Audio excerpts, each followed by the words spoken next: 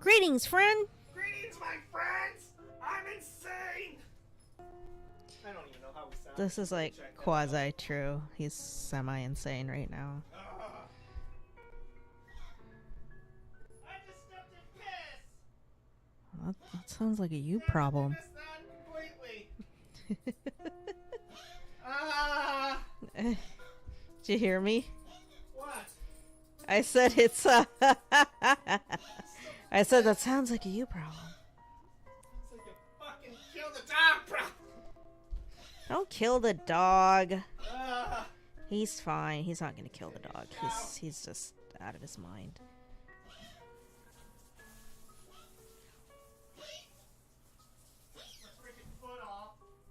What do a man do about it? Someone's a little asshole. What? Who can? Okay. Oh god, this guy. Oh my god, what guy? Some dude. He's on like freaking like LinkedIn. He's like, "Do you want to meet up to talk about your financial future?" It's like, no, I have people for that. I have people for that. That's how well off I am. I'm kidding. I'm not. Cause he's Harvey and Oscar. They do what they want. I'm guessing it was Oscar because he wandered off, and Harvey just peed right in front of us on the actual pee pad. So I'm guessing it's Oscar because he's a dick.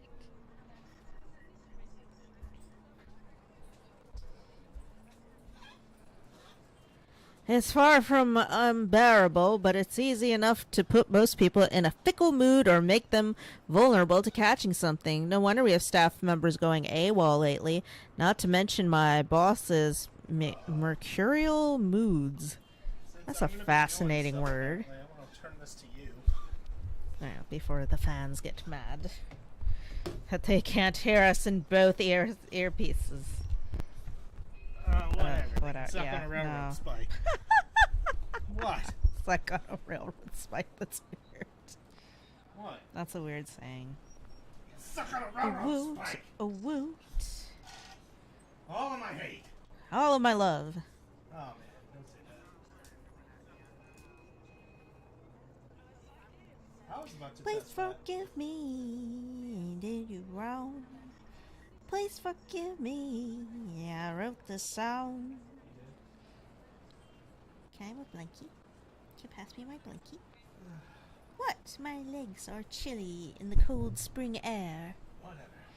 Me me me me me. Are we even live? Me me me me.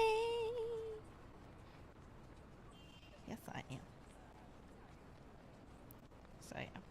I have to send this to people. I can't believe I'm saying this, but I want our usual cloudy weather back. Why? Where do you... I guess you guys are in England, so I'm told there's really cloudy weather between that and Portland. Oof. Mom's always like, why don't you move to Portland? They have pretty mild weather. I'm like, because I don't want to... I would actually like to see the sun occasionally. For all the gripes about the unpredictable weather, though, the streets of Luxbourne remain constantly busy. Okay, so for anyone who's been to England, is this how this like looks like? Is this what it looks like? I don't know. I heard tapping of shoes against the pavement, and inane chatter coming from the lunchtime crowds fill the humid afternoon air. Why does it look like it's like 4 o'clock in the fall? Like, it doesn't look like it's noon. A small reminder of the things we still have to do, regardless of how much I want to return to the comfort of my bed. Back to Briar Realty for me. Zach to a meeting with a magazine publisher featuring luxury houses. I wonder what kind of luxury houses. Wink, wink, nudge, nudge. And Becca to her lesson plans and books at home. But more than once I catch her sneaking a longing glance over something displayed in on a shop window. Did she want to buy something? Maybe I can get it for her this Christmas. No, we're not going to get Becca something for Christmas. Oh, she's a bitch.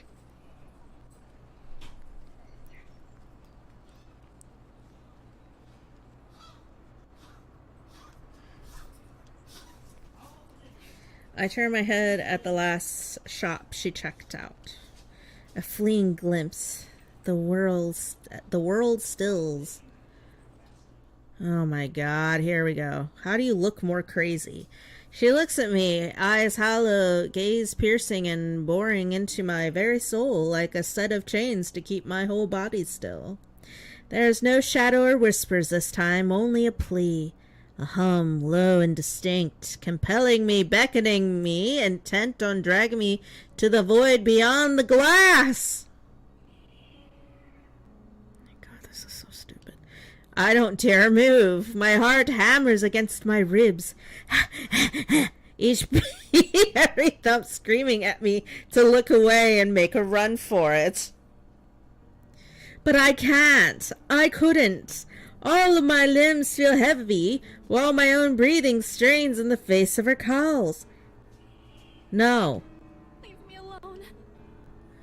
My god, could you look any more freaking crazy?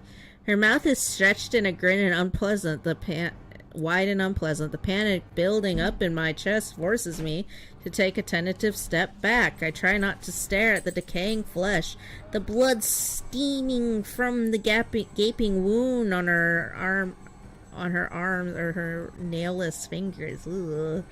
That tells me she crawled from somewhere. I don't want this. Not like this. Not after I got what I want for Papa. Oh no, stop. Leave me alone. Oh, Jesus. Alright. Oh, that was loud. Her face contorts and she lets out a wail, sharp and utterly unforgiving. Rage. There's only hatred and bitterness, as if the very notion of turning away from her is an offense in itself. Please, I don't want this. Oh my god, could you look any crazier? Oh my god, shit. She's so stupid and obvious about this. Like, let's make you look crazier. I don't get it. Whatever. Before I know, I'm stumbling backwards, my own throat hoarse from the screams I didn't even notice were already coming from my mouth. The back of my feet catches on a loose stone, sending me sprawling on the ground.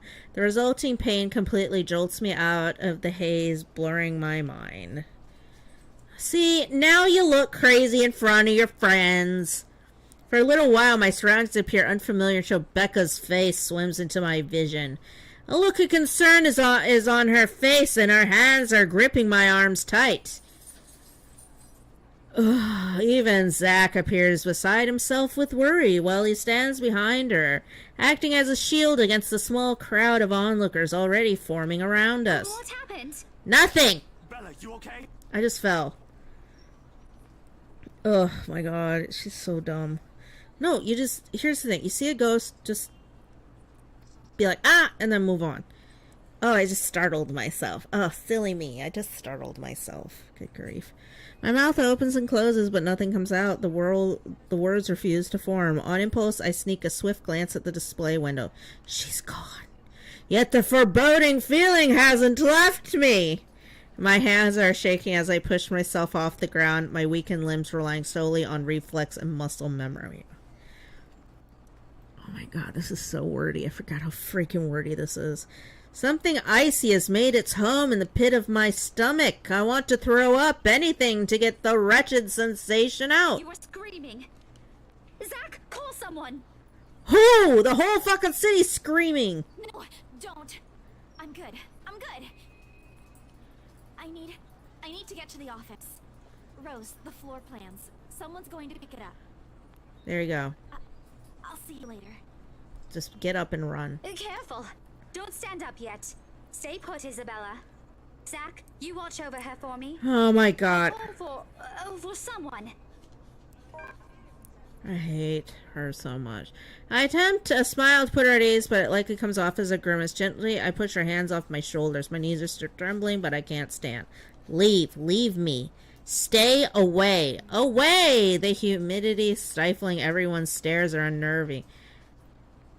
Are unnerving, and Becca and Zach's concerns are suffocating. I don't want to be here. No more. I break into a run.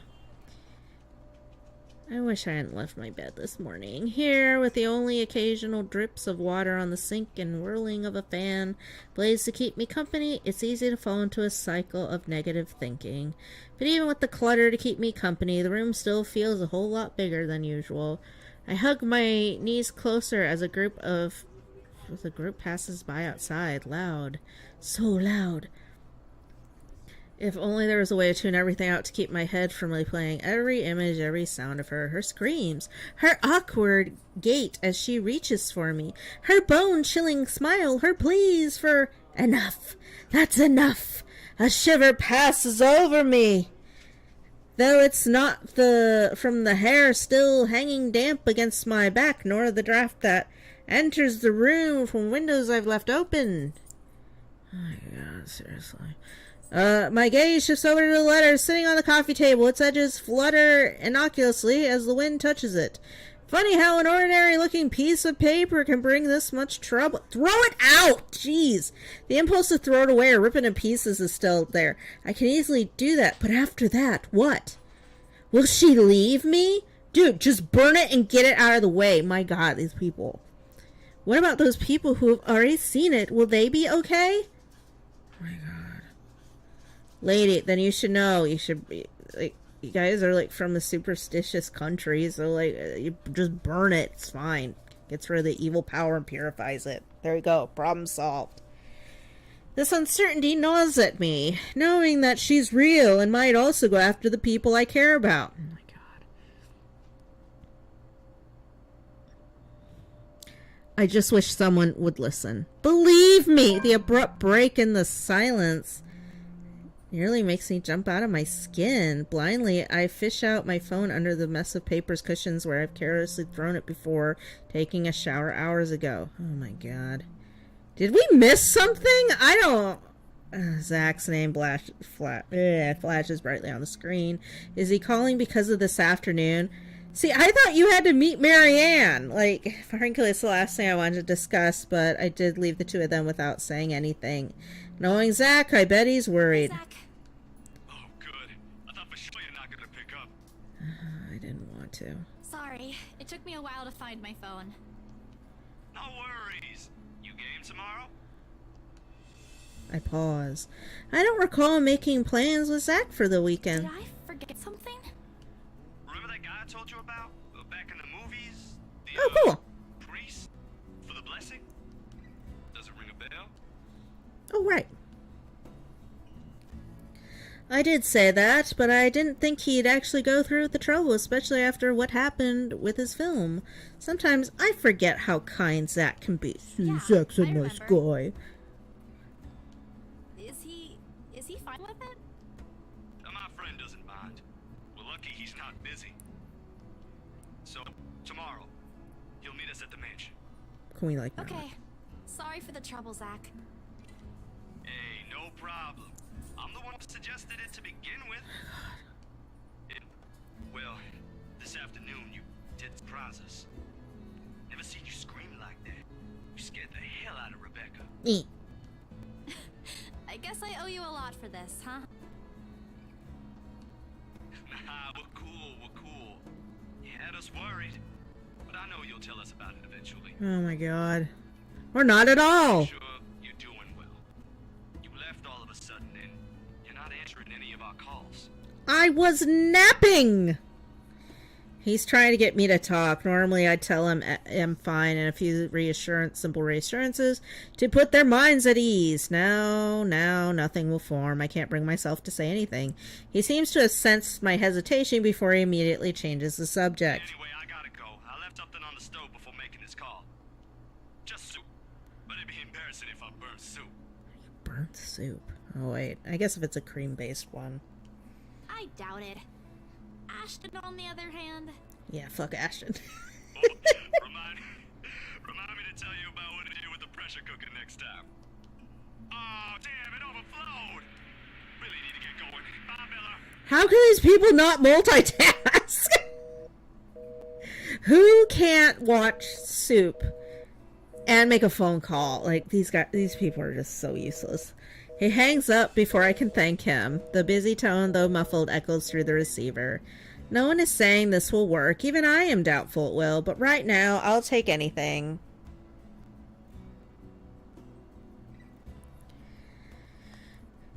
Anything to get out of this nightmare. Sleep comes easier tonight. And for the first time in a long time, I dream of clear skies, of unrestrained laughter from children playing in the streets, and of small, cramped dwellings. To an outsider, the sight does not paint a pretty picture. However, this is home to me. Oh my god, are we still on Bella? God, her chapter's so fucking long. Sorry. Morning dawns bright and clear the following day. Although the air still feels muggy and I miss the chilly autumn weather, it's one of those rare weekends where I'm up even before my alarm rings. Yo, you set an alarm on the weekends? I don't. I'm the opposite. No, you will usually find me in bed until like maybe noon. Maybe then I'll consider getting up. Like, I'm usually up, but I just don't like want to get up and about. I'll just like huddle in my blanket cocoon. Just sit there. If it wasn't for Zach's call last night, I'd probably sleep in. When 9 a.m. rolls around, I'm already on my way to the Ermengarde mansion. To think that I'd have to go back again, I'd be lying to say if I'm excited. I'd be lying if I said I was excited. I don't have to anymore. Rose happily gave me paperwork duty when I volunteered. We're on the last phase of the sale, too. Well, almost. Papers assigned, documents to finalize, various other legalities to settle with the current owner, and all that still. Never mind that its new owners will want everything done within the week, when the process usually takes more than that. We want it done, we'll get it done. Oh, they want it done, we'll get it done. I really don't understand rich people. Yeah. You and me both, sister. But money can do wonders. I wouldn't be surprised if they're able to push the process just a little more, like what they did to secure the house. The point is, I'm under no obligation to return to the house anymore. Running is an option, of course. I can now move on to another property and forget everything. However, at the end of the day, it's always my conscience that wins. Girl, you need to start worrying about you. You do. What if something happens to those who've seen the letter? Ash, Zach, Becca.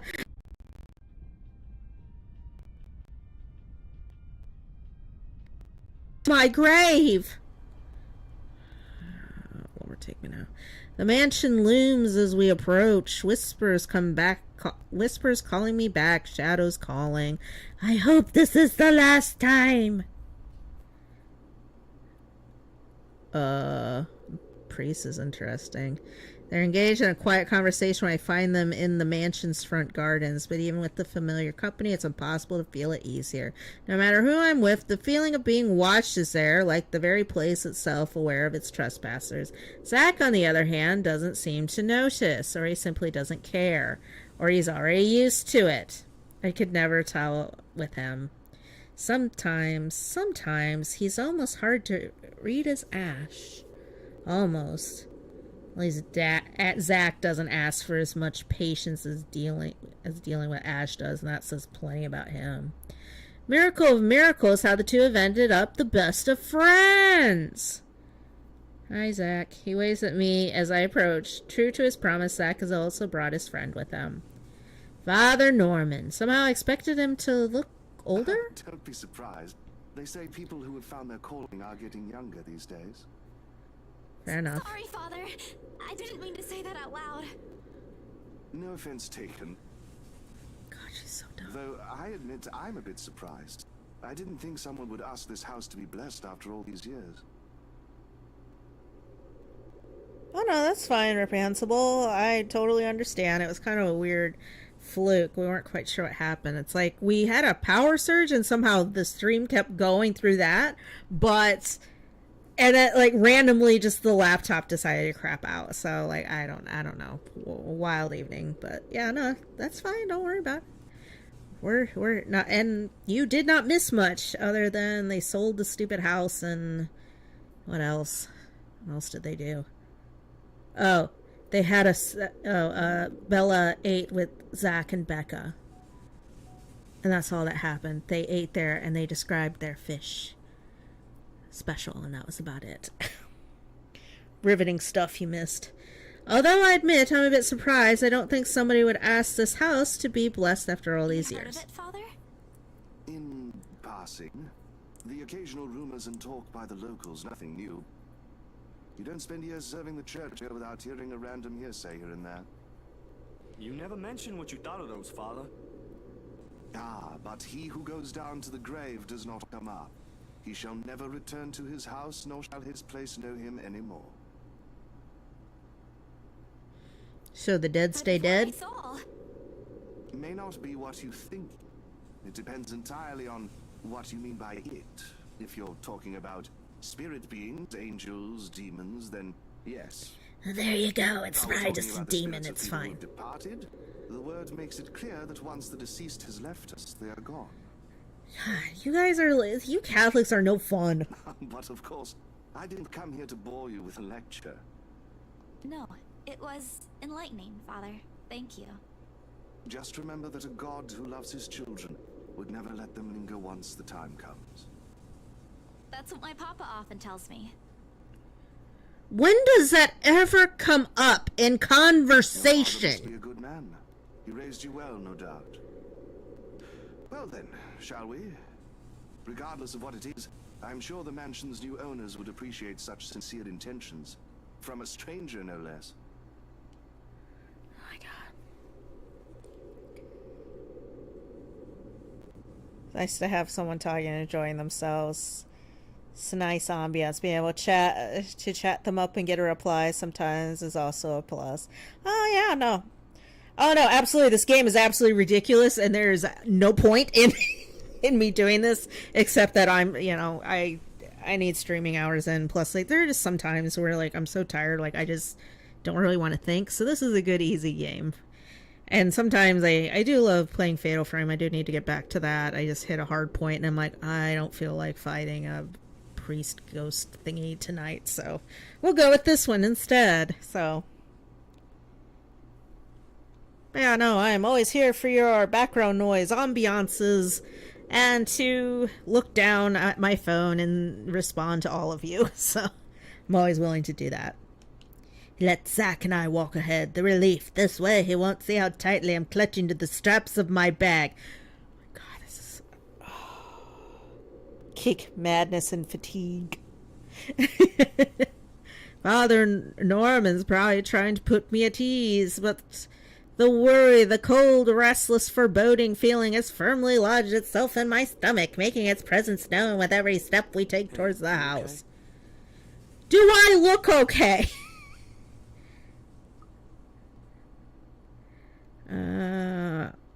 Okay, here's what I need to do. Okay, first, I need to save. Because this choice might mean something. Let's see. I don't think I need to... Yes. So I'm gonna... And then... I don't need relationships. Okay, with Zach, it's high. I'm just gonna say it's nothing. Oh, what do you mean it went down? Okay, no, we're gonna load. Or reload that. Load the file game, yes.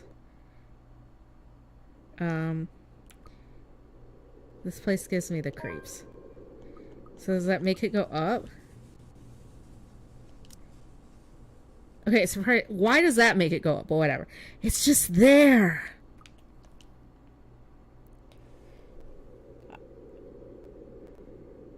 Hey, Hannah, what's up? Oh, no, you were absolutely not alone in that. I'm not gonna lie, when I was in college, I used to turn on the Golden Girls at, like, 10 o'clock at night, just so I wouldn't feel so lonely in my little, like, studio apartment. So, yeah. Sad chapter in Valerie. In Valerie's life. The kind that implores a silent appeal. I'm not sure if he's even doing it consciously. Another breeze blows. I'm trying not to shiver, trying not to listen to the voices that may or may not be there. They're not there, you idiot. It gives me the creeps. It doesn't seem more than an ordinary house to me, though. Damn, I should have brought my camera with me. I saw a few areas that'd be good for a shoot. Well, that's on you. You think the new owners will allow it? Probably. What if you catch something? Or someone in one of the pictures? Oh my god. It just means they won't be seen, doesn't it? Fair enough. Don't ask for it. It's not like we can stop them if they do. Spooky tooky. Oh no. The ghosts want to have their picture taken. Really not helping, Zach. Me. All right. Sorry. Don't worry.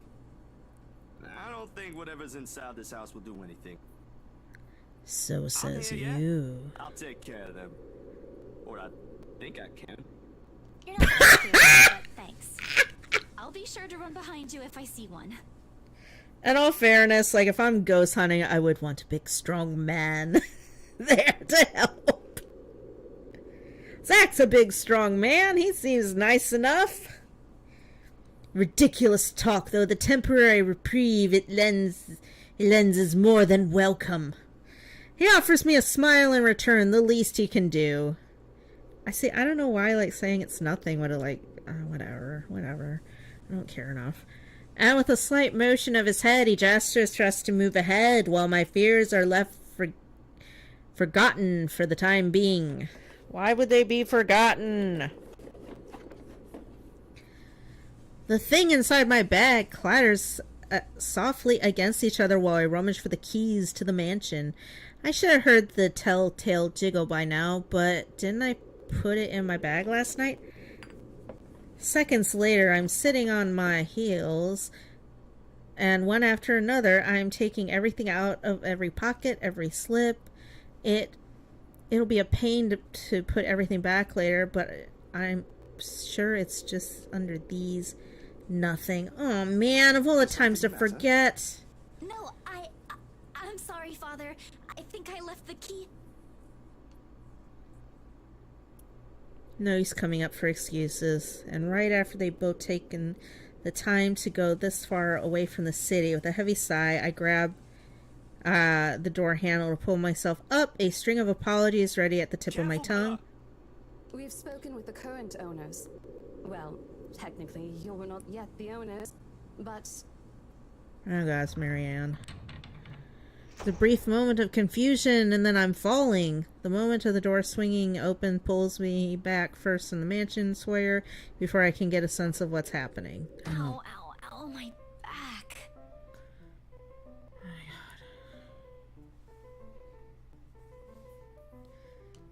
God. What the... Isabella? Oh no. No time to nurse my bruised back or make up excuses, because the next thing I know, Zach's gently pulling me up by my arm. Rose looks with a mixture of apprehension and something I couldn't quite place. I'd say it's a relief, but oh God, it's not. Good going, Isabella. Right after you volunteered to work on the papers, and standing behind her. Mr. Wright. Oh, What do you call him, ma'am? We always meet in the most interesting circumstances. A complete understatement, darling. What are they doing in my house?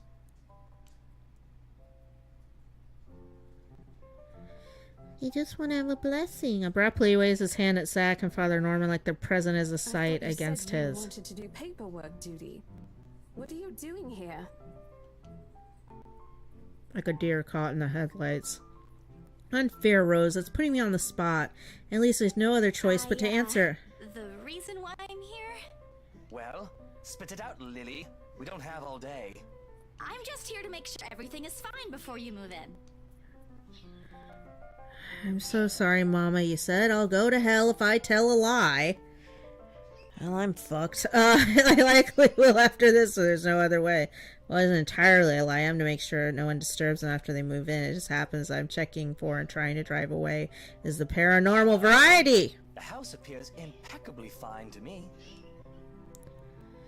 He shifts his eyes around in a careful manner as if he's looking for faults in every crevice of the house. The ground in his face, though, as he returns his attention to me, similar to what my Kuya Jordan had often given me when he was up to something, usually a scare prank that inevitably ended in me crying. I never did forget the way my brother sneered at me then. Is this the brother that refused to get a job? Like, I wouldn't give a shit. A part of me thinks perhaps if I hadn't been the object of mischief in his childhood, I would have gotten a little braver. Come on, little Lily. Lying doesn't do that cute little face any justice. I'm a very patient man. Now, why are you really...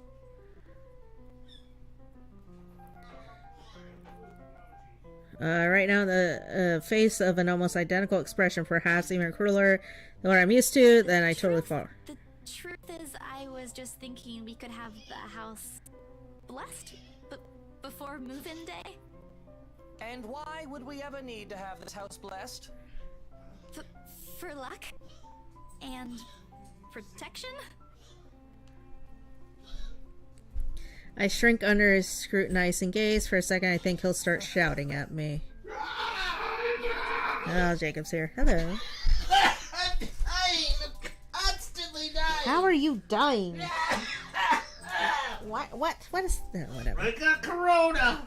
You don't have corona, you liar. Horrible alcoholic problem. That is not true, you devil. I drink all the Steady laughs, not the mocking, jeering kind, but one wondering if he's hearing this right. I'd say he's amused, but I couldn't understand what was so funny in what I just said. Is it really that weird? Wasn't it custom here? I wish Becca was here to explain stuff like this. Coming from you. When we saw Devlin Court, It's a small custom back home. I thought it would be nice to do something that would bring positive energy to the mansion, since this place has been empty for years. and the papers, Isabella? I hope you did those first before this. Yes, Of course ma'am. I did. It's almost done, in fact. But there are some items I still have to double check before finalizing everything. You know I don't sign without a thorough inspection. I put a thumbnail up there. Oh, thank you. Well, this is what this is for too. I just thought Hello, it was more Neo. efficient to do both at the same Neil time. popped in. We haven't liked and subscribed hard enough. Well, time foolishness. Uh-huh. Here, I thought you didn't want to go back. Because I A job don't. is a job, Rose. Gotta do what you gotta do to make a living. Oh, well, if that's the case, then go ahead. No need to be so hard on her, Rosie. I personally think it's a nice touch. I was actually thinking of the same thing, but you beat me to it. Darling, Buttercup, please. Buttercup. You know these things don't work. No offense meant to the holy man, of course. That does not explain the nigger, though. Oh! Oh! Jesus Christ! Oh! He said the N-word! What are the characters? What? Oh my God! The guy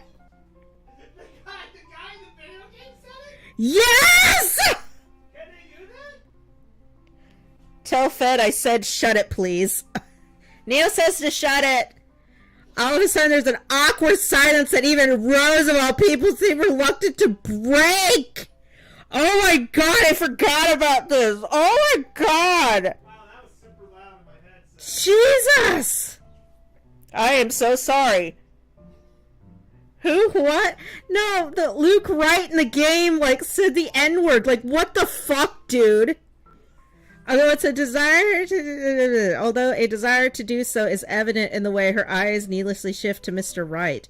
Meanwhile, Zach's grip on my arm suddenly tightens. He doesn't say anything further, but there's a conflicted look on him when I glance up. That's the face he makes only when he's desperately wants to give someone a piece of his mind, but chooses not to. Mostly to avoid confrontation or fanning the flames up to an argument.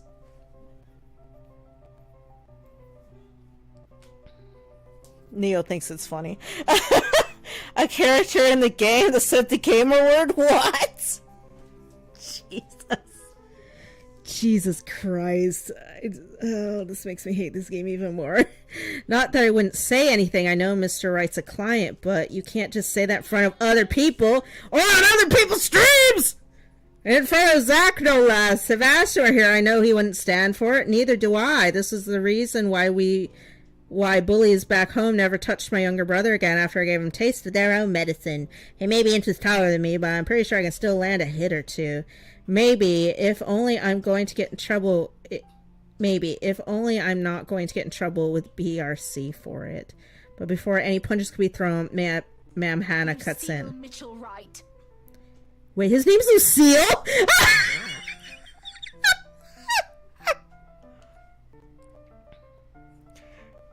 How has this game not been canceled? I don't know. Like, okay, I'm not gonna lie. This reminds me of... Okay, don't judge me. I was reading a Korean-based... Well, it was written by a Korean, but the setting of the story took place in Texas. And they have the strangest ideas on what Americans say and do and customs, and it's like, yeah, we don't do that. Or like how our weddings are, and it's like, yeah, again, we don't do that here. That might be a Korean thing, but we don't do that over here. And I kind of wonder if when they made this game, they're like, oh, this is how white people act. This is how all rich white people act and say these horrible things. In a voice too firm, demanding his complete silence. Ooh, snap! Instead of answering, she merely crosses her arm and shoots her husband a sharp, disapproving glare. This seems to have done the trick. He immediately shuts his mouth, but not before muttering a few inaudible words under his breath. Jesus Christ. At this, Ma'am Hannah could only sigh and roll her eyes, more than happy to get back to the topic at hand. She knows what she's doing, love. She got us the house, remember? Yes, I know she associates with black Who knows people, what the little but... positive vibe can do. It could even give us what we've been eagerly waiting for all these years. Hey, can I have a baby? What have we been waiting for? I don't think I was ever informed of. Nothing you should worry about right now. Yeah, I think she wants a We've baby. still got a few things we need to discuss with Rosie here. Over lunch? I hope you don't mind, Isabel. We'd love to take you with us, but... Oh, no. Go ahead, ma'am. This'll take time. That's why there's two of us working on this. Rose looks like she's going to murder somebody. Probably me. At least she won't have to stay in a haunted property. She's getting the better end of this deal, if anyone's going to ask me. Wonderful. I hope the next time the three of us meet, it'll be over a closed deal. Of course, ma'am. Please look forward to it. Oh my god. Rose hurriedly hands me the keys to the house before leaving, mouthing reminders to secure the place and harmless threats about throwing her under the bus. I return a reassuring smile of my own, even if she's the one who forgets. Sheesh. And just like that. JonTron moments where you see like a swastika in the Yeah, game. yeah. And he's like, oh my god! My god, they're Nazis in this Lion King game. Oh my I got just as quickly as they appeared fleeting. How did I say that so weird? Fleeting. I said it weird again. From one scene to the next, leaving me wondering if this is simply what's typical for the rich and famous. What, they could just say racist things and that's cool? The fuck? It's cool to be racist. Oh my- Get out of here. Get out of here, devil. So I'd rather stay with my rundown apartment and our little shack back home. There's still the joy of the smallest things, after all. With a house this big, it's not surprising when the ceremony takes a few hours to finish. The sun's already high by the time we've gone through the last room. I can't say I'm a devout follower of my own faith, even with Mama and Papa's teachings. But hearing every word Father Norman uttered as we went around the house has put me at ease. Who? The rich couple. I think at one point in time I was, like, questioning. Inbreeding. Well, not only that, like the people look very similar. That like the like Lady Charlotte and her husband, like they look really similar too. And I'm like, oh god, are they brother and sister?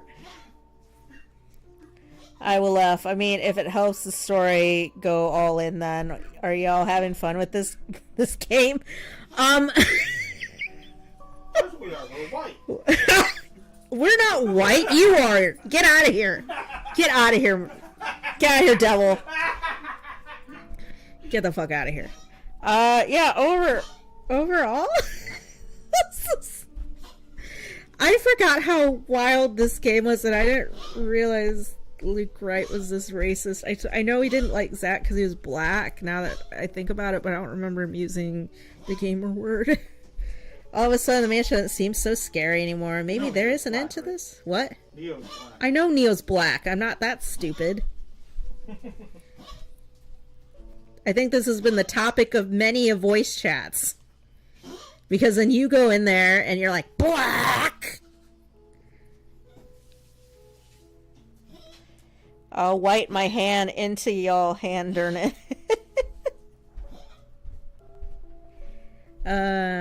There's no end to it. Or perhaps this is the end. Okay, end of story. Great. This is a great play. Thanks for everyone watching the stream. No, of course it's not. It's never it. It's never it. Father Norman bids us goodbye upon exiting the mansion grounds. He has business in the village nearby. He says a minute gesture to reach out to the members of their parish every once in a while.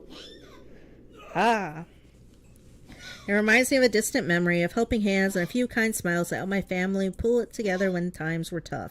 Really? Then why can't those people go and pay for Papa before he leaves? Zachary hasn't been really forthcoming with your situation, and it is something I understand it wasn't his to share. What? This.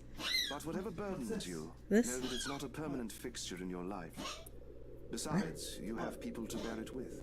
Is everything okay? I don't know, he's just really weird as a priest. I don't know if he's like talking about Papa or the stupid house. I bite back the harsh retorts before they come out, making it with a smile as we wave the good priest off. His words, though meant to comfort, has only left bitter taste in my mouth. And if they don't believe you, what am I to do? Oh, I thought he was talking about like Papa being a burden, which I know that sounds really awful, but like it kind of is. Because like here she is, like she hasn't been back to her home country in 5 years, and she's working this insane job to try and get money for her siblings, and her oldest brother's lazy. Get out of here. Get out of here, devil. I don't know. I thought that'd be more what she was talking about than like, oh, I'm crazy and I'm going to scream and carry on like a damn fool. Ah. A hand lands briefly on my shoulder, taking me out of my thoughts before they take a sullen turn. But my smile doesn't quite reach my ears when I turn to him. You wanna go somewhere? Right now? Where to? Anywhere in the city. I'll leave it up to you. Look at that turd-headed man. Sure? What's wrong with his hand? Did somebody break his arm? Okay, I need to save because like this is what I do whenever. You're gonna save? I'm gonna save because like whenever like there's some giant challenge, I kind of have to. You have fun, man. I'm gonna lay down. Me and the poodles are gonna lay down. I'm gonna hang out with Zack. It wouldn't hurt. So we can have a I've got full some rest stuff of I need the to night buy. sleep. Groceries. Oh, Grab my nipples and twist. get out of here, nipple twister. Get out of here. Go to bed. And there's a shop I want to check. Is it real food this time? Let me guess. Rebecca? She's just worried Rebecca's a about bitch. you. Even I can't eat that much instant noodles. We do what we have to survive. Talent. Let's just go, Zack. I smile, a real one this time, devoid of any unpleasant thoughts. Regardless of what happened between us the past few days, I don't want to think harshly of them. I will think harshly of Becca, because she's a bitch. Zach had me wait on a nearby bench upon arriving prior to going off somewhere. He hasn't returned since, and spent a good 20 minutes to being left alone entirely to my thoughts. In this weather, the city part gives off a lazier, more languid vibe than usual. It's called save scumming, and it's only bad when it doesn't work in your favor. When children are usually seen running and playing, there are now people lying back on their picnic. Okay, why is the city, every time we're in the city, it looks like it is 4 o'clock in the afternoon in the fall. Like, it just, and they're like, oh, it's supposed to be so early in the day, but it's like, whatever. Yeah, great. They're enjoying the sun. The smell of food drifts from nearby carts, and if the wind blows in the right direction, one would catch a whiff of freshly trimmed grass. I'd gladly sleep on the bench if it wasn't for waiting for someone. Soon enough, I see his hulking figure running towards me, carrying a medium-sized box in one hand and casually waving the other to me. He's panting when he reaches me. Sweat drips profusely from his forehead, but there's a grin on his face. Jeez! The line was really long. Really long. You didn't have to run back! You didn't have to run. Sit down first. Sorry, that's me. I'm good. Didn't want to make you wait for these. I already know what's in the blue box before he opens it. Now, cookies. Oh my god, cinnamon rolls! Cinnamon rolls, all 6 of them topped with white cream cheese glaze! The very same ones I bought after I sold my first property. After I met Zach, Ash, and Becca. Funny how such small things could trigger a distant memory no matter how mundane it is. Oh my god, look at Zach's face! It's like a big old puppy dog. He's so adorable. I don't say no to free food, but why is he getting me these now? He leans on the empty space beside. He leans on the empty space beside me, wiping sweat off his forehead before answering. Apology. And as thanks for yesterday and the other day. Oh my god. You don't have to buy me anything, Zach. Yes, you do. I will always take. You haven't been yourself recently, and people kind of miss that, you know. Are you just saying that, or? No, really. Rebecca told me. You know how she is. Ashton too. Ashton was an ass. He should have been named Ashhole instead. He went a little overboard, yeah. I can talk to him if you want. Zach deserves the world! Yes, this is true. He'll still tease me about it, even if it's Rebecca telling him to stop. Besides, White cream sweating Fred. Oh my god! This is fair. This is very fair. We don't know what's on those cinnamon rolls. You always do. And yesterday, when you talked me through my little slump, I thought, hey, I want our old Isabella back. Oh my god, she's been off for like 1 day. Like, calm your titties. Either that or it's probably just all the damn instant noodles. See, like, here's what you do. I'm not one to turn down leftovers. So if somebody was to come over and be like, hey, I made some extra chicken and noodles or something, I'd be like, wow, great, thanks, sign me up so much. That's the thing. They don't make her extras. They don't, like, help her out, but they all love to judge. Are you still upset? It's a dickish thing to say. There are times I wish Zach had been my big brother, or Becca my older sister. No, we don't wish that. Maybe life would have been a little easier then. Yep, it's cinnamon rolls. Maybe Papa wouldn't be as sick as he is. Maybe. Maybe I wouldn't be alone here. But then again, if they are what I wish them to be, I wouldn't be here. I wouldn't have met Ash too. Oh my god. Life back home is tough, but I wouldn't change it for one selfish wish. In the city of 68,000 people I could depend on. 3 of them, in fact. I wouldn't say Becca's your buddy, but whatever. Less convenient, though, if related. That's very true, because he would have had to go and buy them. And then go to the bathroom. When you think about it, when you compare the number of odds of finding someone like them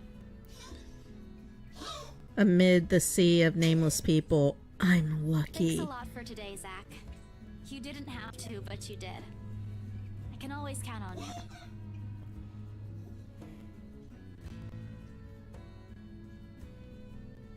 Just me? No Ashton or Rebecca? Oh boy, they won't be happy to hear that. Well, they weren't here and you were! Favorite, though. Zach, you are my favorite. Don't ever worry about that. But you cook better than both of them, so that's a plus. See, why not he freaking cook extra for her? It's always been fool with you, ain't it? What? Don't put it like that. I thought you said fool. I'm like, what? Glutton. What? I like food! But it does feel good to know there's someone I can invite for food to be able to eat all of it. Only I know. that? I thought we were also art buddies. Know what I mean? I mean, it's better to find good people out there. Out there shows how lucky you can get. Oh, that too. Oh, But the jeez. food thing really stands out when you think about it. You do eat a lot for someone your, size. So do I, but I'm fat, so there you Low go. blow. I take pride in my height. So, Whoop whoop! is it Sure okay people now? unite! Do you feel better? Does it still scare you? That's what Filipinos do best, eat food. A little. I'll be okay. I'll figure it out somehow. It's not as bad as the other day, and Father Norman helped too. Father Norman was should've never brought something seen again! Oh, we could visit him anytime. He loves hearing from the young ones. He isn't that old, is he? Looks Don't 40. know. He doesn't tell. He looks about 40. I think I might have seen his face somewhere before. I just couldn't recall when or where. Ash says he looks like his boss, so the bartender at the local pub if he squints. That should be really funny. He's like duels as a priest and a Don't take his bartender. word for it, of course. He might have accidentally inhaled something from the forensic lab again when he said that. Oh, whatever.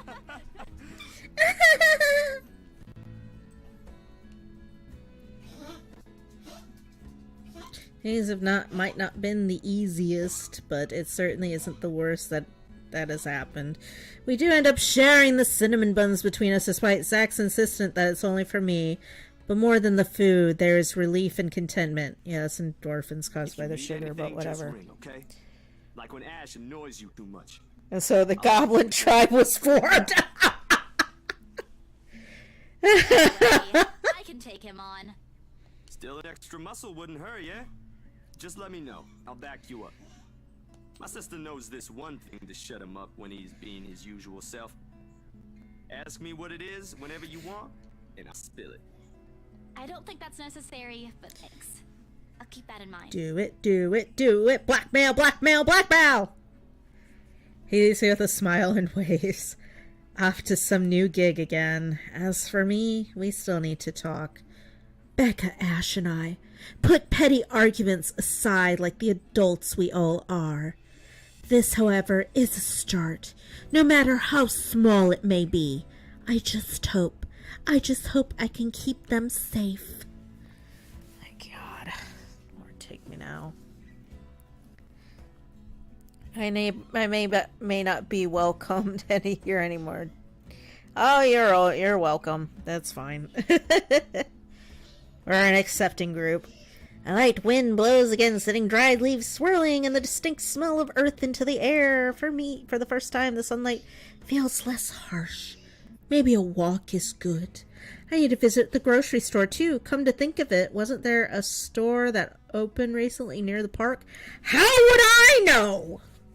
They ask these dumb questions. Okay. Jesus, what? What? I feel like we missed something. The cat's name is Brutha? Or at least that's what his collar says. It's an odd name to give a cat, in my opinion. But it speaks grace, much like the one that carries it. It shows in the way he swishes his eye. I think something's like wrong with the game, because like I feel like I keep missing some of this stuff. I'm not sure what he finds fascinating in turn, to be honest. I wasn't the very picture of grace when he found me, after all. It was a bad idea carrying 2 heavy bags of newly bought art materials and groceries without help or a sure ride home. In hindsight, perhaps I shouldn't have bought all these things at the same time. I didn't even make it past the park, and I'm suffering underneath the glaring afternoon sun, hunched up on a park bench and drenched in sweat, in the company of a cat curiously watching my everyday movements.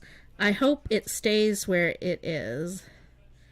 It's just a black cat, but back at home they're considered ill omens. Don't look at me like that. I can act graceful as well if I want to. Not that I've ever acted graceful in my entire life. Growing up with rowdy younger brothers and a sister does that. Really? Because, like, I don't usually fall, and I had 2 brothers and a sister. Whatever. Too tall for the tribe, I mean. Hey, Jacob, do we use Tumblr? Jacob, do we use Tumblr? What? Someone's asking, do we use Tumblr? We have a Tumblr. Why? Okay. Do you want me to post it on Tumblr? No, somebody was asking. I have a Tumblr. Jacob says he has a Tumblr. I post the thing on Tumblr sometimes. He says he posts sometimes on Tumblr. I don't know, somebody was asking. It's like, do we have a Tumblr? I haven't used Tumblr in a fortnight. Jacob says he hasn't used it in a fortnight. Maybe it's the opposite. Mama used to call me a little troublemaker before. Oh well, graceful or not, there's no use moping. Short breath, a short breather, and then I'm off home. Besides, it isn't like the company is bad, even if it is a cat, as long as it doesn't bite or crosses my path. Where's your owner anyway? Nobody cares. He is one, doesn't he? An owner. That's what the collar is for, isn't it? A bandage is wrapped around one of his paws. I wonder what happened to it. Did he run away? If you don't have one, I won't be able to take you in. My apartment doesn't allow pets. I Oh, tried you to can bring leave him one home outside. Before, cat, not black, of course. And Rebecca threw a fit before the landlady could. God, Becca's such a bitch. I take a small pack of sweets from one of the bags beside me and pop it open. So I'm about to put one in my mouth. He meows. My hand stops. Do you want one? He doesn't meow again as I'm expecting him to, but I take his unblinking gaze as a yes. I shift the piece of my palm and hold it out to him warily. He sniffs it once, twice before. Oh God, it's you. Like a good, properly trained pet, Baruthiel responds as soon as he's called. Recognition comes as soon as my head snaps in the direction of the voice. Miss McCulloch's hard to miss, what with her height. Did my cat hurt you? Yes. I'm surprised to see you here. Nice to meet you again, Miss McCulloch. Yeah, except I'm on hurting the anyway? ground. I'm sorry. Baruthiel's not exactly fond of other people. Even run away from the veterinarian right now. Oh no, he was just sniffing my hand earlier. My Baruthiel's a she. Sorry. Did you just assume my gender? Sorry, I just had to make that joke. A pause in conversations, if this can be called one, is uncomfortable. We merely 2 people working different jobs for the same client. Frankly, meeting up like this doesn't happen a lot, but if it does, a simple nodding of heads is enough. I think she wants to talk about her job, if memory. Okay, I'm gonna... Not that it much matters, but...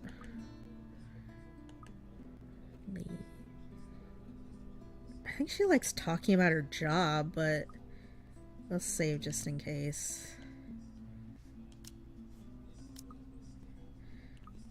Okay, and then her relationship with her. It's highest with Zach. It's low with Becca.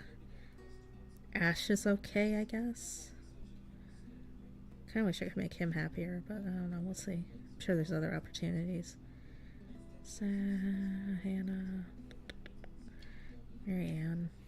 Yeah, let's talk about her job. I'm just curious about your work. Okay, cool. That's acceptable. What about it? There's something guarded in her expression at the mention of work, but I pushed through with my question. I just want to know how it's to work on a house like the Ermengarde mansion. Is it hard?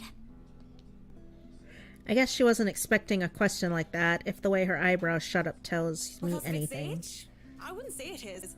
It is a challenge, considering the factors me and my team have to sort out. Remember when that was funny? Assuming gender? Because I do. I was...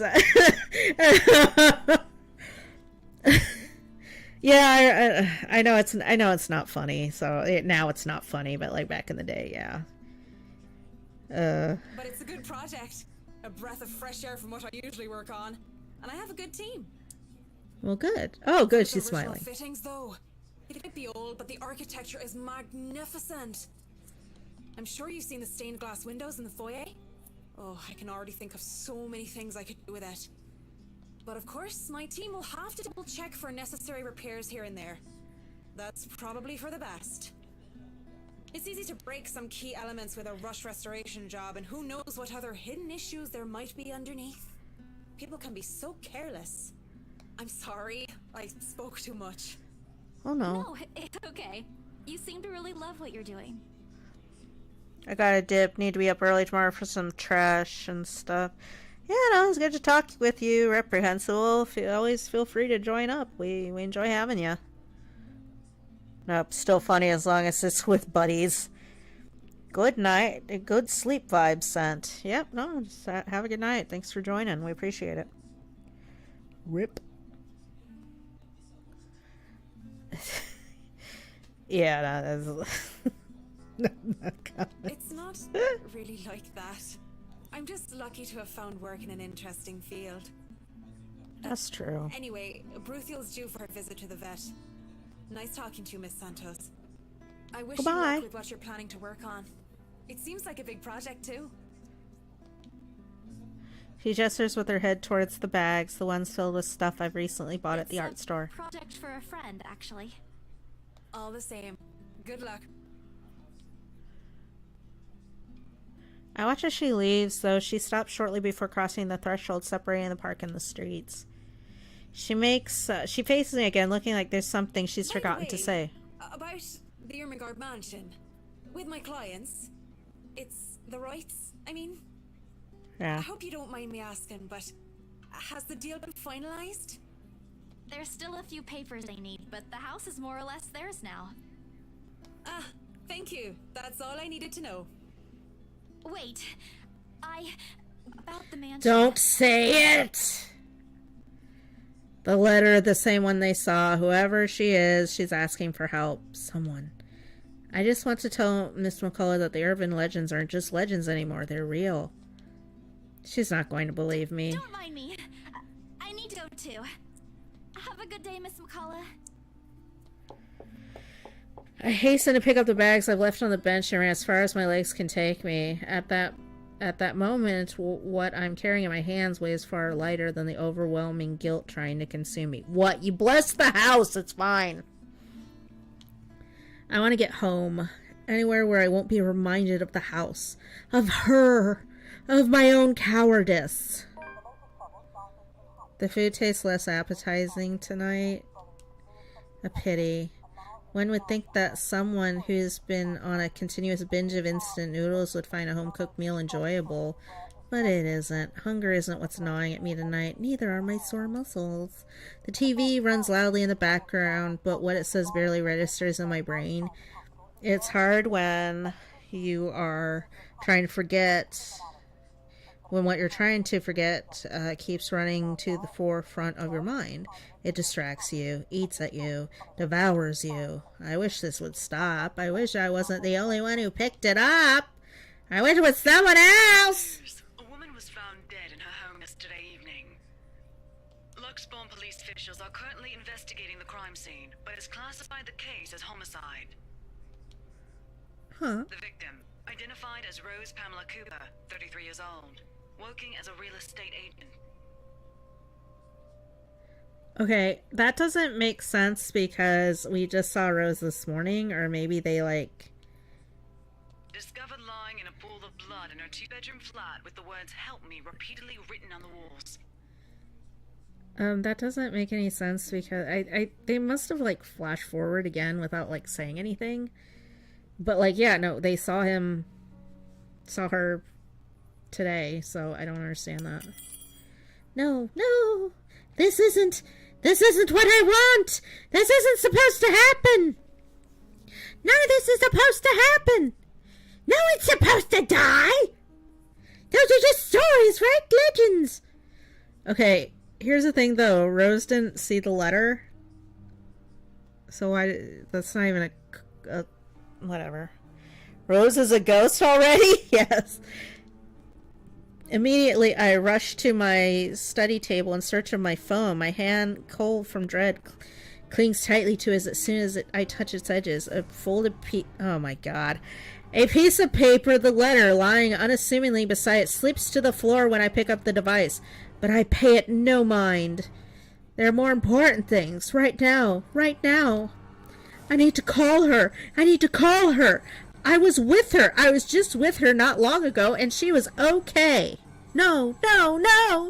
It isn't Rose, I'm sure of it. I just talked to her, and a sob escapes me and hot tears begin to blur my vision. Okay, I don't mean to be that person, but since Rose is dead, does that mean Bella gets the entire commission? I'm sorry, it's a legit question. Does Bella get the whole thing, or does like Rose Estate get some of it? We'll see. One after another, they trickle down, weighted by the same guilt. I refuse to admit that I've been carrying from the start. Dude, she hadn't seen the letter. It's fine. I don't understand what your problem is. The same one I've been hiding from. The same one that's been putting the people I care about in danger! Dude, like, logistically, at least all of us have, will know someone who's been viciously murdered by a ghost. It's fine. Don't, it's just, it happens. Handshake as I navigate to Rose's number on my contact list. She'll answer, right? That's what she always does. Oh, it'd probably be Ash. She'll pick it up, tell me to turn down the waterworks, and call me a wuss afterwards. Please answer, Rose. Why are you always wearing those clothes? Again and again I dial, whispering, praying, pleading. Don't do this to me. Please pick up. Wonder what's gonna happen. I know you're there, Rose. You're not dead. Please tell me you're not. This adds to the series of disappearances that has plagued Luxbourne in the recent years. The authorities are currently looking at a possible link with the notorious Anselm Butcher case. Ooh. TV runs loudly in the background, a deafening static sound from my phone speakers. But in my ears I can only hear the screams, her pleas, her whispers. Help me.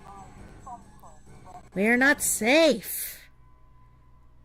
Yeah, no, like we just freaking saw, whatever. A buzzing sensation jolts me awake. My body still wants to sleep, to forget about what I heard and saw last night.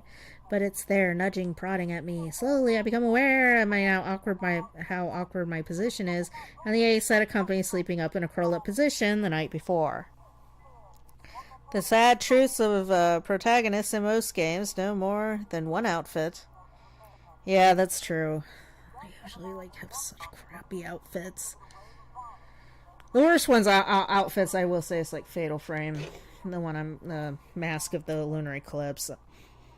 Well, no, actually, I would say, what is it? The next game, the 5th one, was it Maiden of the Water or something? Like that one, God, those outfits. It's nobody dresses like that. If I even slept at all, the memories are impossible to forget now that Rose is gone.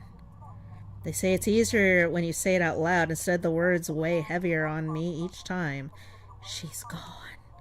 Gone because of me. No, she's gone because she went into the damn mansion. It's like the Grudge house.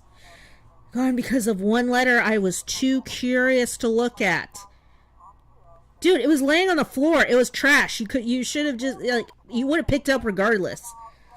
I should have been more careful. I should have just kept my mouth shut. Yeah, you should have, alas. I should have destroyed it before anyone else had gotten involved. I should have.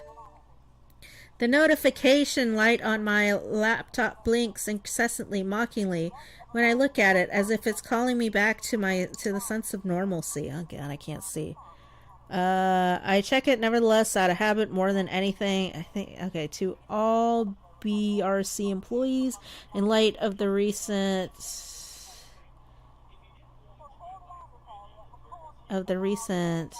events, there will be an all-staff emergency meeting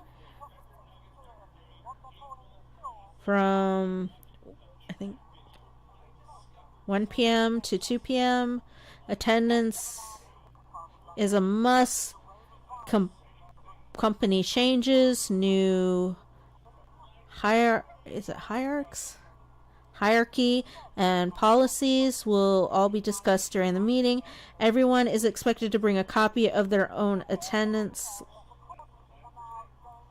logs and sales reports for the last month to be submitted to your respective managers for review.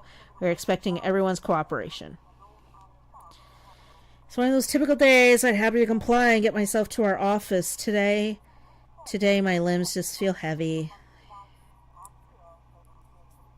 On one hand, going will keep me busy to take my mind elsewhere. On the other, the place in itself is a stark reminder of what my own fears have cost me. I think I have to go to work. Like, I think if I stay home, the ghost will get me. So, like, I'm gonna hold on. I'm gonna save just in case.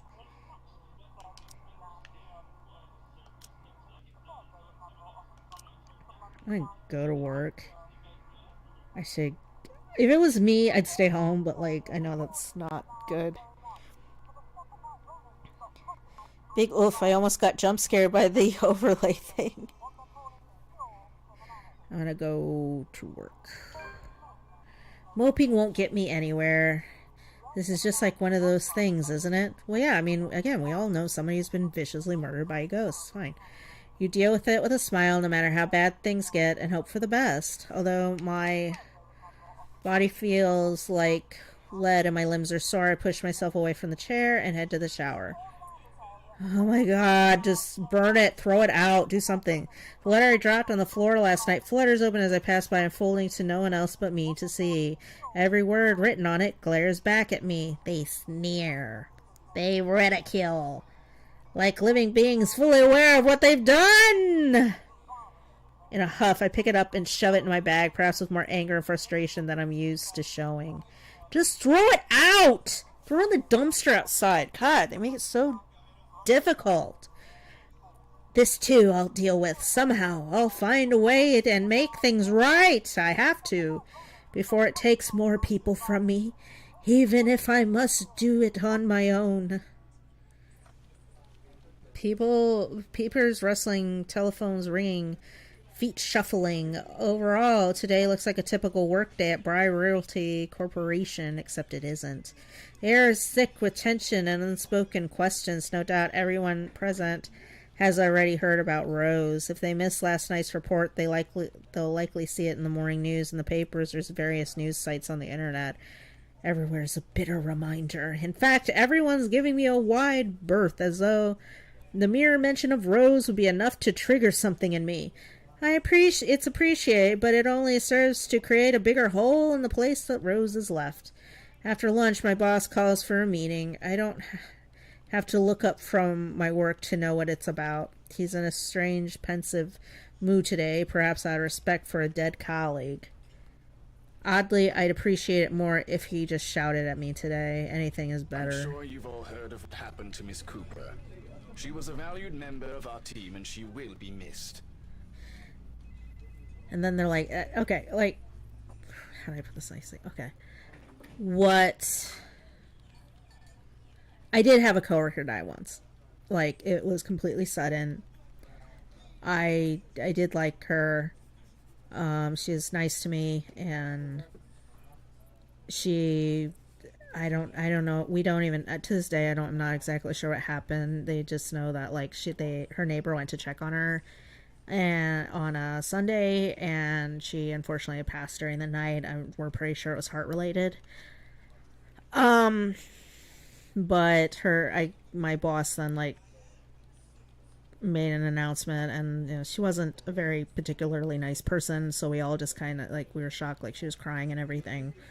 But it's amazing how quickly they get over it, because, like, they cleared out her desk and her sister came to get everything that day, that Monday. And then by Tuesday, my boss had already moved somebody new to her desk. So it was like, it wasn't even a new person, it was just a bitch I hated.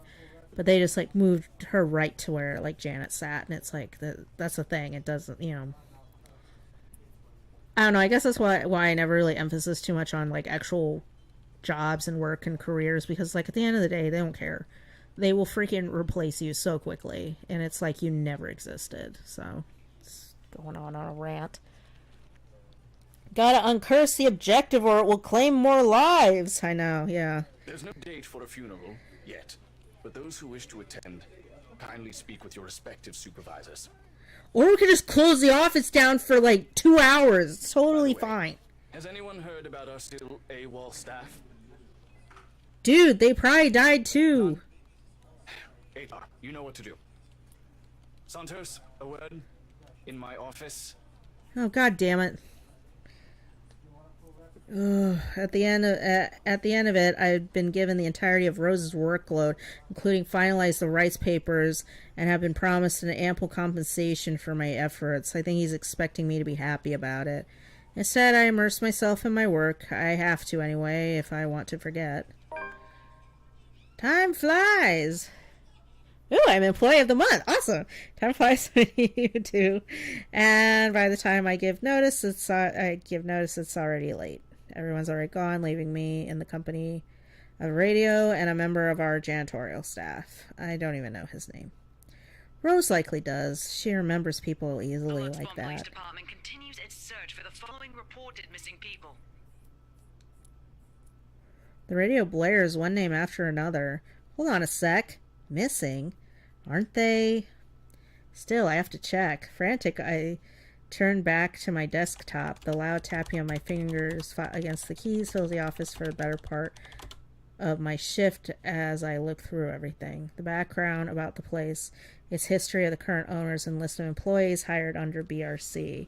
And I am right. Of course I am. BRC may have had a lot of staff. They may have a lot of agents hired, but I'd remember those names anywhere. After all, they are also part of the crew who worked with us in prepping the mansion for the open house. Then the letters. No, it can't be. I'm hoping it's not what I'm thinking. Something snaps into place in the fraction of a moment. These people, Rose, the letter. No, if it's like this, they still won't believe me. I have to make sure of it first. Just leave an anonymous tip and just say that they've all worked in the mansion. That's all you gotta say. Evidence doesn't lie. That's what Ash often says. If I have proof, then maybe. I don't want to get my hopes up yet, but maybe there's still a way I can save them. The letter, my phone, papers, anything that would be useful. I'd grab all of them and stuff them in my bag. I can't stay here. There's something I need to do. There's something those people should...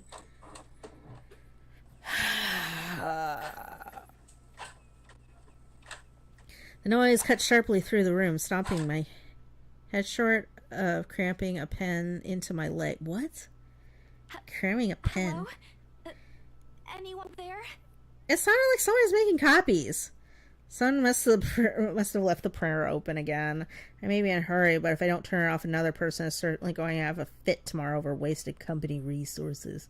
Most of the time, it's Rose who does the nagging, but The clicking of my pen is a welcome distraction as I search for the said object. Said. Each stride my feet takes also echoes throughout the empty workplace. I've lost sight of the janitor moments ago, and with me being the only one left tapping my feet against the wooden floor is something I soon learn to appreciate it. It doesn't take me long to find it. By the time I turn it off, 5 pages are already strewn on the ground. The paper tray has also been left ajar. Sighing, I pick each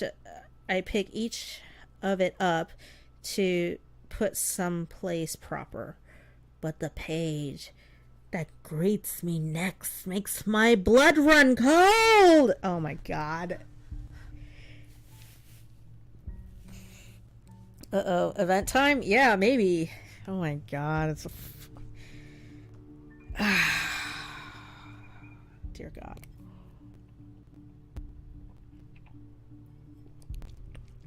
The chill that makes its way up my spine is as numbing as the day in the attic. The sheets crinkle under my tense grip. All I can hear is breathing as it rasps around through my gritted teeth. Before I can even gather myself, take the first steps out of here, total darkness suddenly envelops me. Oh fuck, it's the Grudge Girl.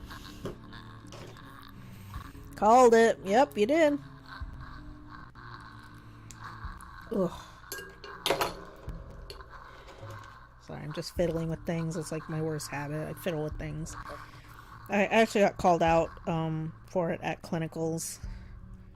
One time, they're like, she fiddles with stuff. I'm like, I don't even know how to respond to that. But they do say people that fiddle with things actually burn more calories, so whatever. Sucks to be them. Soft creak gathers through the thin veil of stillness that has descended in the room. Every muscle, every bone in my body gets rigid at the sound. Familiar, so familiar now, yet my own traitorous curiosity still presses me to take a careful peek over the cubicle's wall. Oh god, it's her! You know what'd be really funny? If it was Rose playing a huge practical joke. Standing in the only exit of the office, Alabette facing away from me, she doesn't even need to turn around for me to know it's the same misshapen face, tattered clothes, and unsightly gait. Hey, you don't know. Somebody might have been born with like a gimp leg or something. Like, that's not your place to judge. The same person in the attic. I take a step back. The pen I'm holding slips from my hand and her entire head turns! Oh, cool. She's like the Exorcist girl. That's great. Okay. Okay, I'm gonna save just because, like, I don't want to repeat too much of the dialogue. In case I die horrendously. Yeah, I want to create, yeah. My scream almost escapes my mouth as I crawl under the table as quickly as I can. My heart is pounding against my chest. I can hear the bone-chilling sounds of her walk, the weird clicking that follows her, and the telltale squelch of something wet as she walked towards me. Yo, like, that's rude. Don't be rude to the ghost. That's mean. I'm sure it's fine. Yes, it is fine. I don't know why everyone's panicking. Nearer and nearer, the sounds are slowly getting louder. The only thing keeping the whimpering from escaping me is my hand that covers my mouth. Someone please save me! Anyone! I close my eyes, muttering a continuous stream of prayers, all while attempting to steady my own breathing. Please don't let her get near me.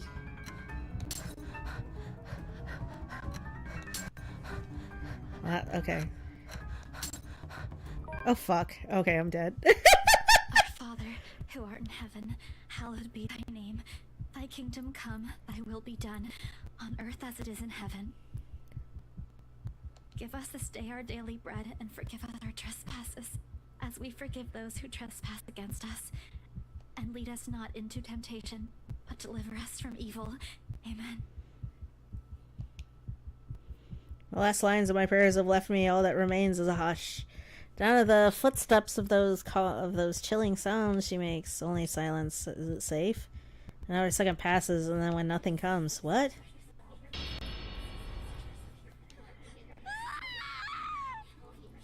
Yeah, I want to continue.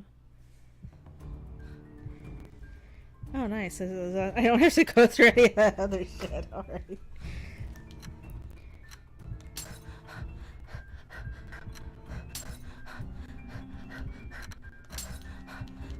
Damn it. Father, who art in heaven, hallowed be thy name.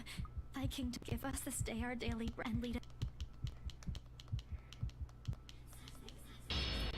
Yeah, I'm dead.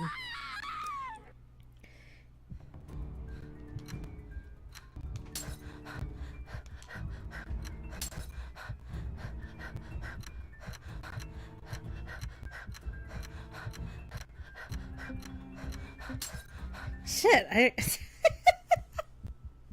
Oof, big sigh. Yeah, no, I'm dead. Okay. Our Father, give us and lead us. Yeah, we get it.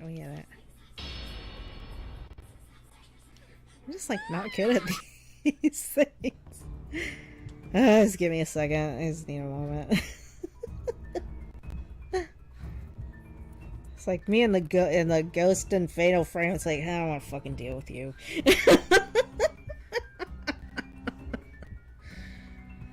I just need a sec to sit. All right. Shit! Shit, fuck. Our Father, sorry. who art in heaven, hallowed give us and lead.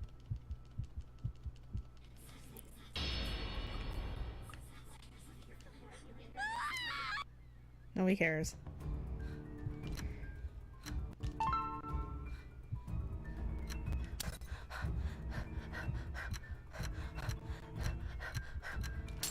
Shit.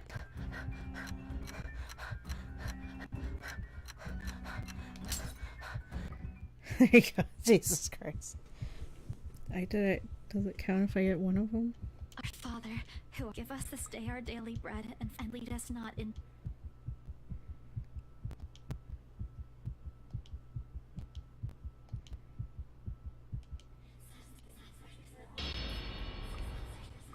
Shit. My God.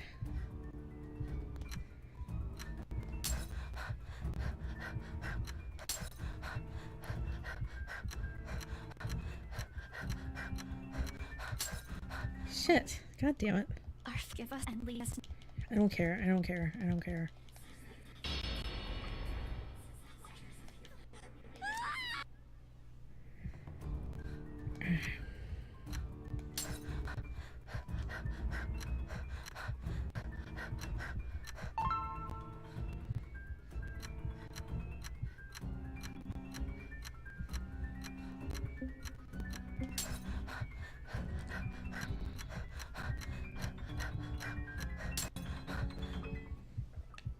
I'm dead. Our Father, give us and lead us.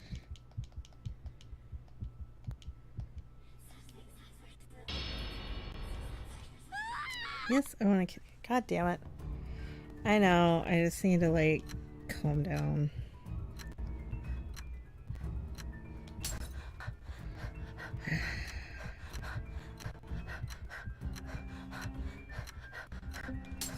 Shoot.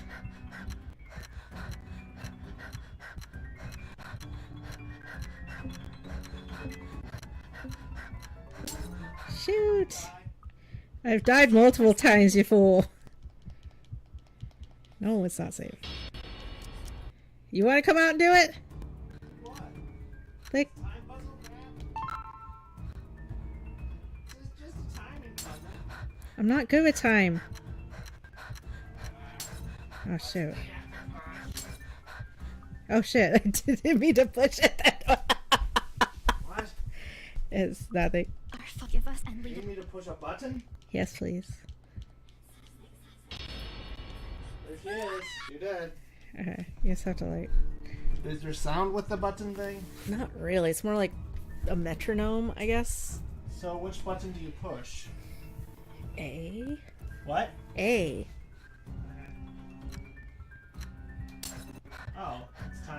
Yeah. See? I told you it's harder than you think.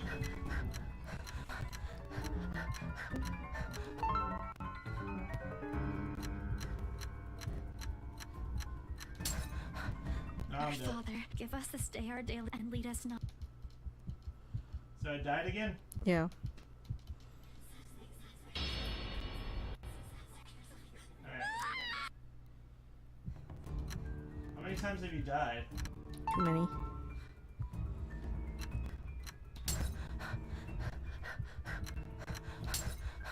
See, I told you it's hard. It is hard. Our Fuck. Father, give us and Seriously with this shit. It's hard. It just keeps getting harder even if you get a successful one. Yeah. Oh wow. Screwed it up already. That's dumb. give us and lead us. I hate this. How many times have you died? A lot. Success. Success. Not success.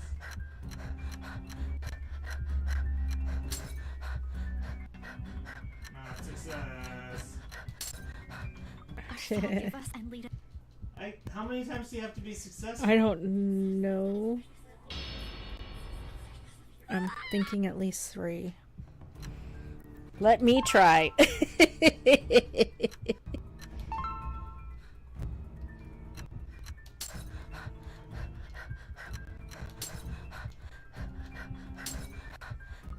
Oh, yeah, Forgive us and lead us. it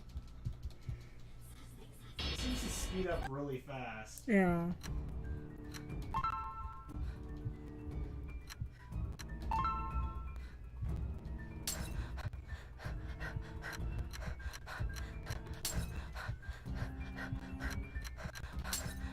It's almost like Forgive us and lead us. you can get 2 of them done, Yeah. and then you gotta hope and pray that the 3rd one's gonna happen. Yeah. Oops, I screwed it up already. Oops. Yeah, I already screwed this. Our Father, give us this and lead us not into temptation. We're trying. I know it's frustrating. Quick time events, such as these, burn in hell. Burn in hell. I want Bone Stormer. You can go to hell. Homer, you gonna let him talk to me like that? Our give us That and again. In this family, we say please. How many did you ever get?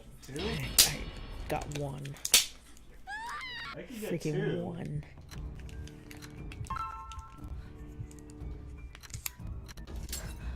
Oh. Oh man. It just becomes insane if you screw up once. Like there I screwed up. There I screwed up too, so I'm not gonna get it.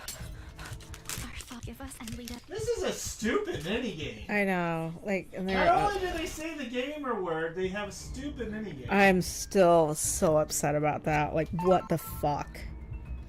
Like, what the fuck was that about? Like, Oh my god. oh neat. Cool. This is just excessively stupid. So stupid. So stupid. So stupid. You're getting close.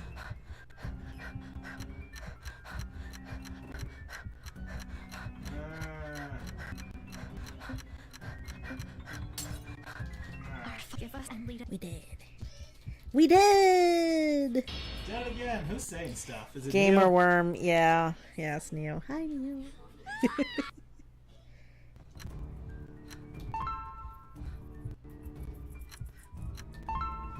Good to run. Please forgive me. I wrote the song. Forgive us and lead us. What would I do? It's the stupidest crap. So, fun fact, eating too much free sugar has 45 negative health effects. What is a free sugar? 3. Hooray. That's a dumb fast menu. Thank you, I love you. That's stupid. Love you. It's fucking dumb. I hate it. The seconds when it stretch out before me agonizingly. Is she gone? Slowly I open my eyes and take a peek. I don't dare move or make a noise, and in the face of such terror, I can only beg, let out a silent please to whoever is out there. Please, please, please don't let her notice.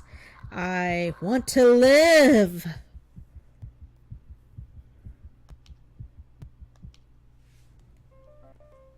Oh god, it's Hannah. Hannah, excuse me. I'm just gonna take a short break for a second. Because my throat hurts from talking.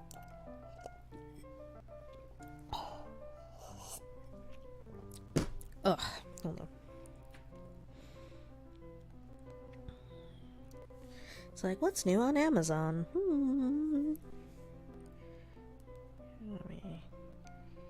Earring.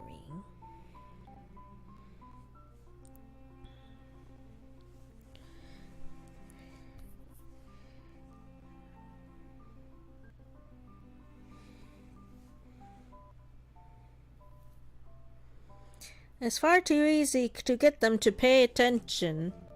Enraptured, they hang on my every word and follow my every move. All of it would be stifling had I not grown used to such stars. Most are respectful, some are hostile, if we are honest, and a few are downright inappropriate. After all, I am... Right. Oh god, it's you.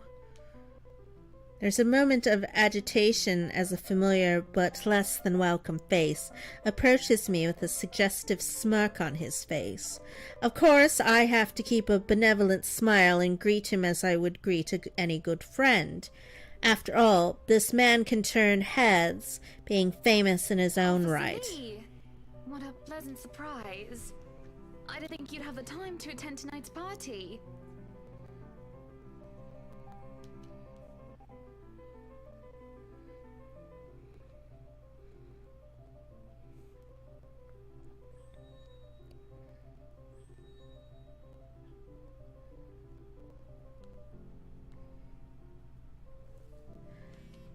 Something about his wife.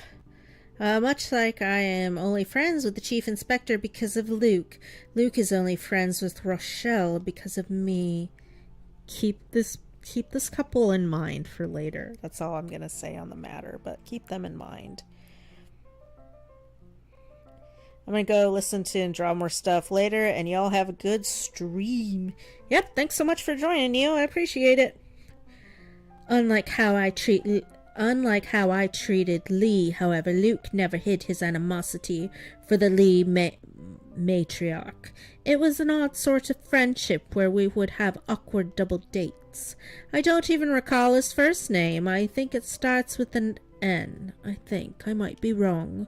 Aside from being Chief Inspector of Luxbourne Police, his wife, Rochelle Lene Vance... Is it Lene or... whatever. Lene. Owns a General Electric's company, fridges and freezers mostly. Time for my favorite socialite couple. Fuck off. Might I say, you look positively ravishing tonight. I see the husband isn't with you. Don't fucking come near me.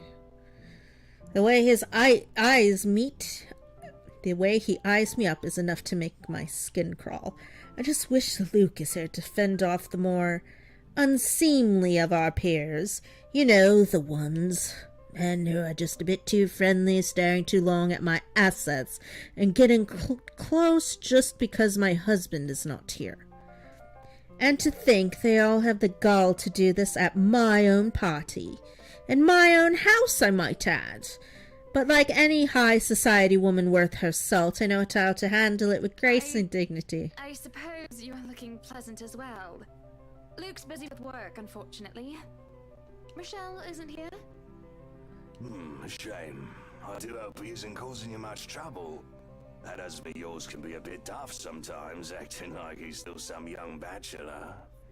Ooh, I'd be so careful with The that, wife but sends her okay. regards and her apologies, but something came up with a doctor and she needed to attend to it. You know her being pregnant and all. Maybe you should go with your wife to see the doctor. We make small talk, rather I'm forced to do so, as he would not leave my side after finding his place here. Much to my chagrin, I've been extracted from the few who flock in hopes of flattering for all I can tolerate them far better than Lee. He's a nice enough person, and I adore his wife, who is obviously the brains behind the two. But there is something unsettling about him. I do not trust him as much as I want to. He regales to me tales of the Luxburn Police Department, a different affair to the usual gossip I am privy to. And though I love to admit it, it's interesting nevertheless. I expect the topic of business to die out quickly, which would be understandable enough due to the confidential nature of his work. But oh boy, was I wrong. Civvies, I steal and drive off with one of the police mobiles, right? Oh, In Jesus. the mirror, I see the new tank chasing on foot and screaming about theft. The look on his face was priceless when I parked in the garage. Oh my. You made him chase you all the way home for a prank. What did Rochelle have to say about that? Rochelle has a strange love and hate relationship with Lee. He is a married man who did not grow up past his early 20s, judging by the way he acts. Surprisingly enough, they've been married for a good 20 years. A lifetime if you compare it to my marriage of 7 with Luke. I, on the other hand, Luke is no Lee. I should be happy about that, I suppose. Although my darling did have his moments. The wife pulled my ear and gave me a good talking to, though. Besides, we were in a flat a block away, so it wasn't much of a grand chase. Weren't you living in a house near the countryside? Moved for work, you know. Or you probably don't. No, I don't. But a flat in downtown. I suppose if that's what you like.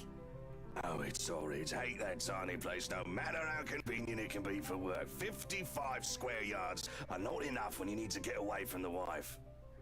I wouldn't mind a place away from the city. Even started looking at the ads. I spot an interesting lot, actually. Heard it was finally put up for sale. Or that something mansion, you know the one with all the ghost stories.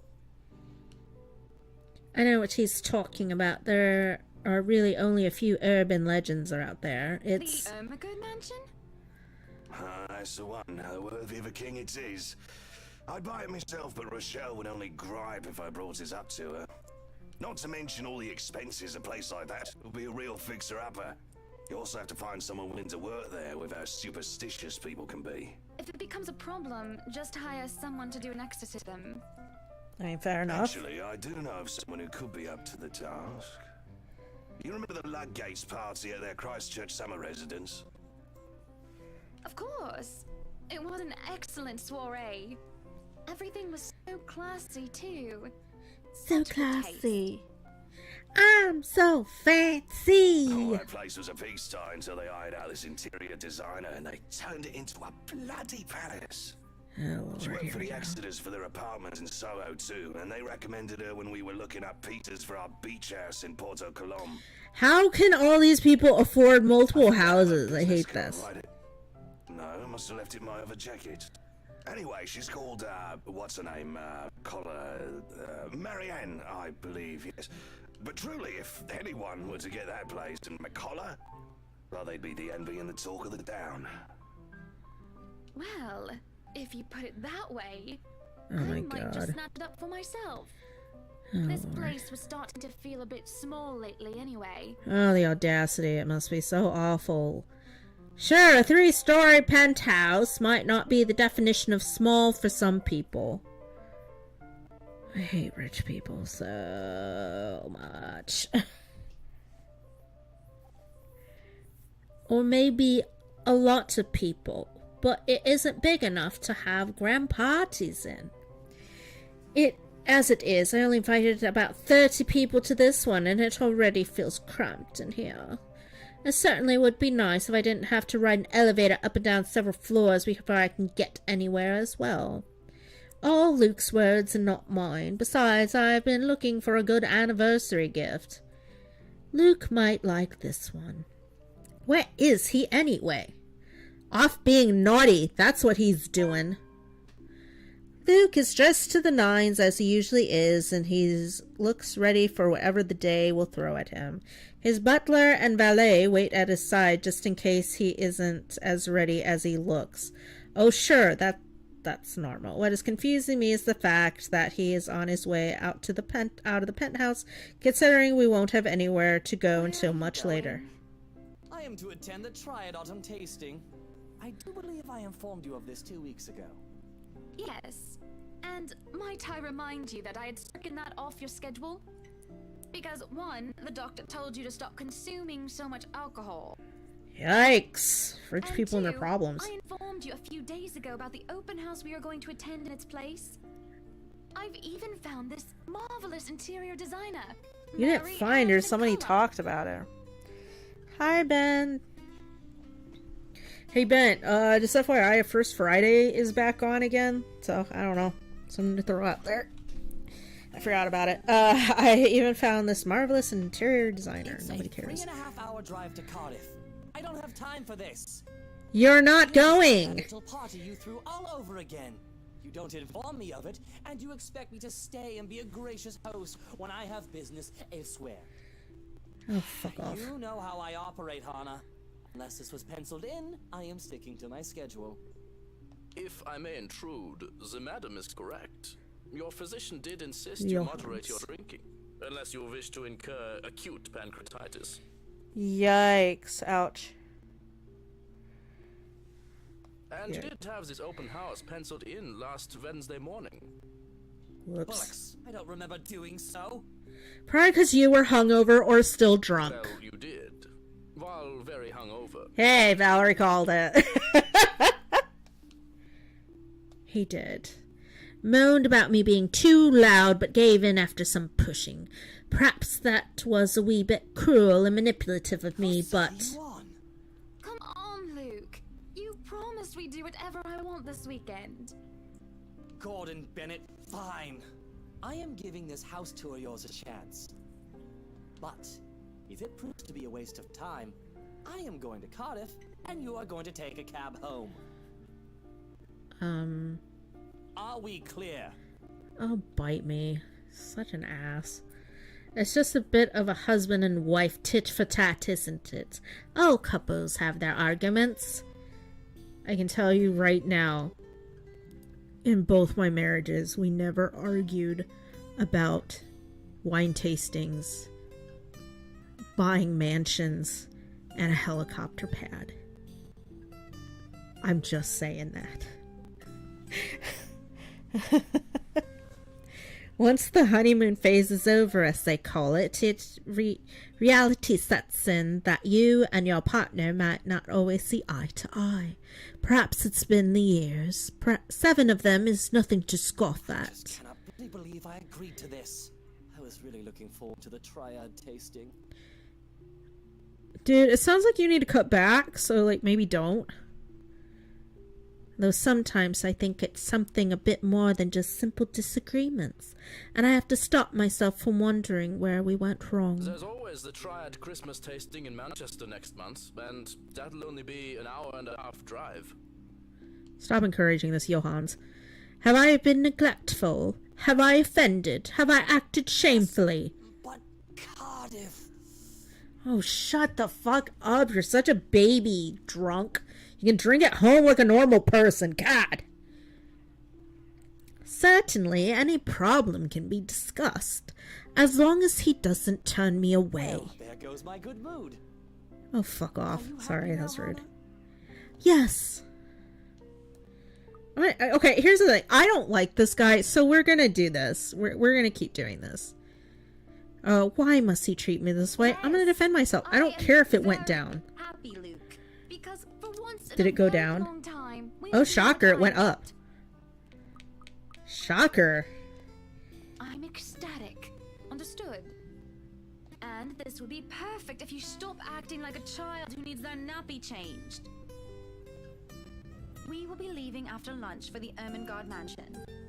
You are going to park your rear in the car and keep mum. And you are going to behave during the tour. God, that must be so exhausting dealing with someone that needs to talk to like a 4-year-old. Needless to say, Luke looks a bit shocked at my little outburst. He opened and closed his mouth a few times, struggling to reply, before he crosses his arms to look like, well, a moping Any more child. rules for this little excursion of yours, Your Highness? Oh, bite No me. wine.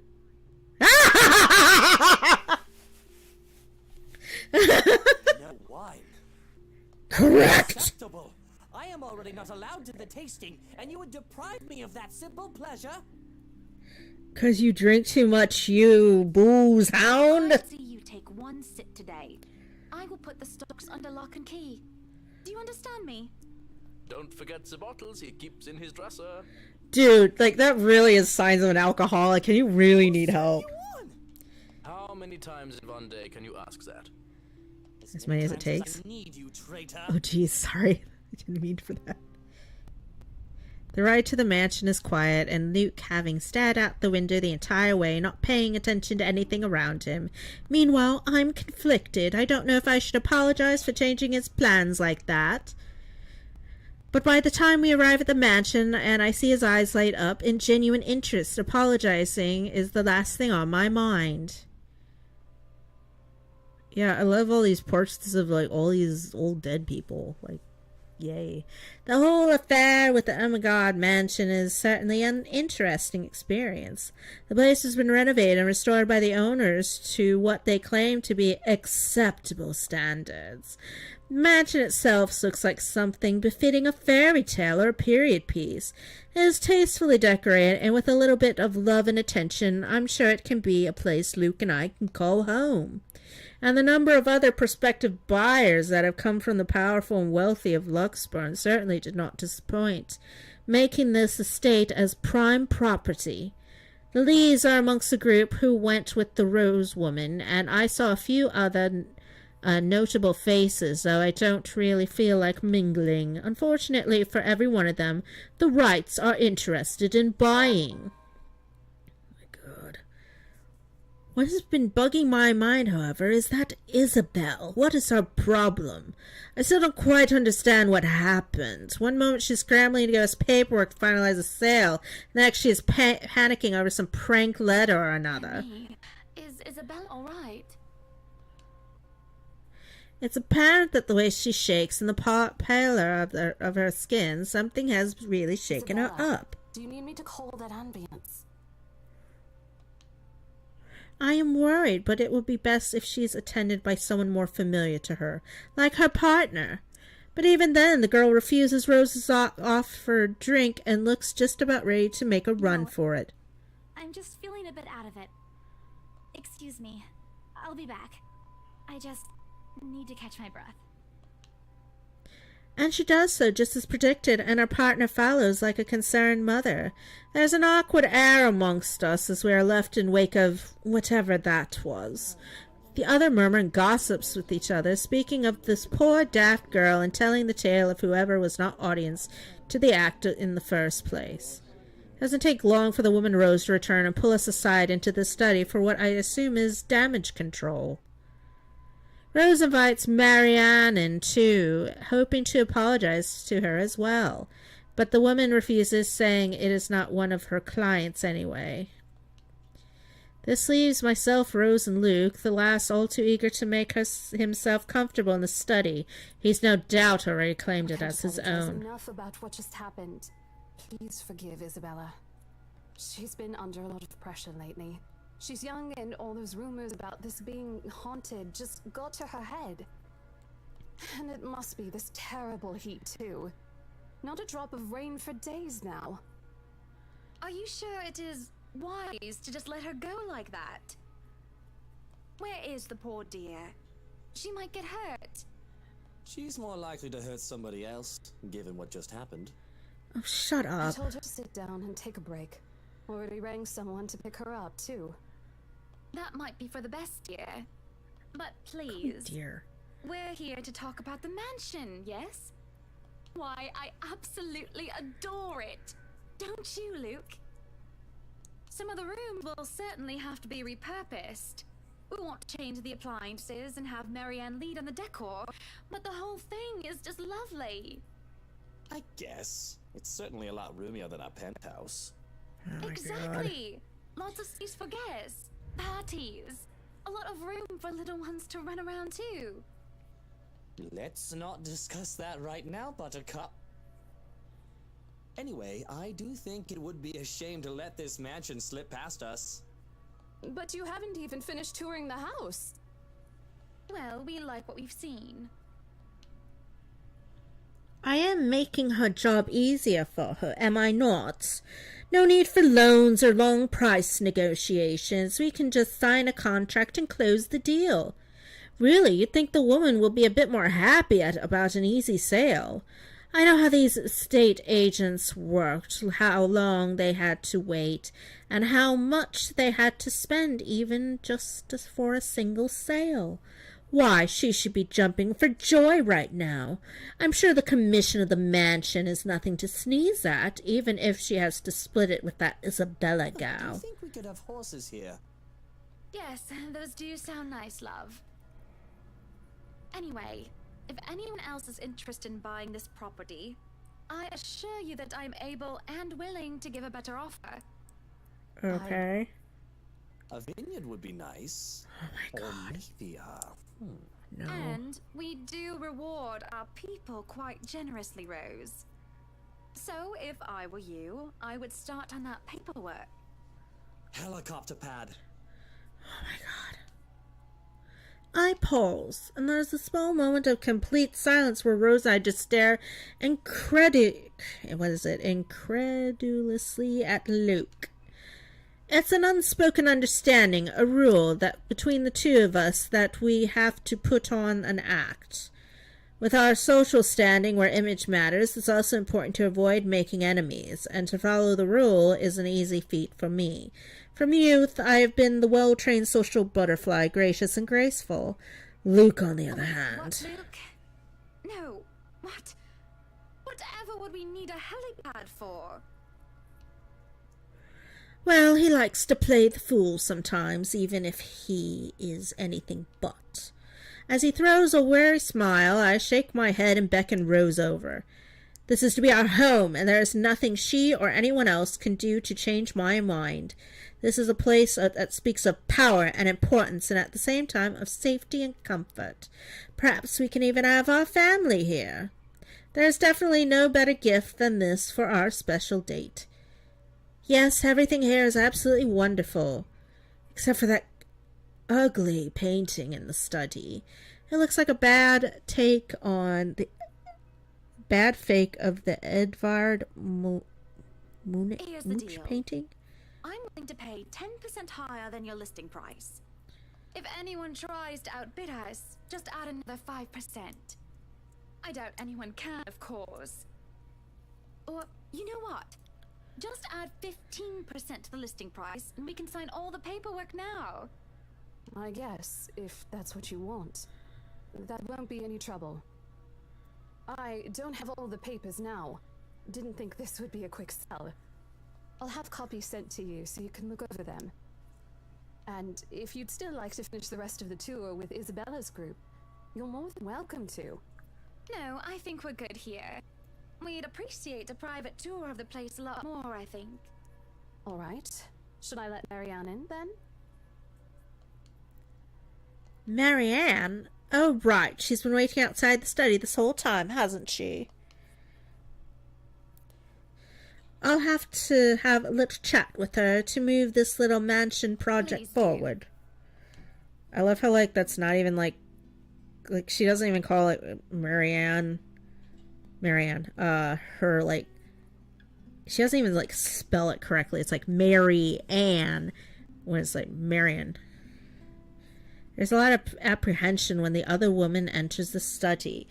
Yeah, like a professional, I see the moment when she seals herself and masks her worry. Admirable. This project, then?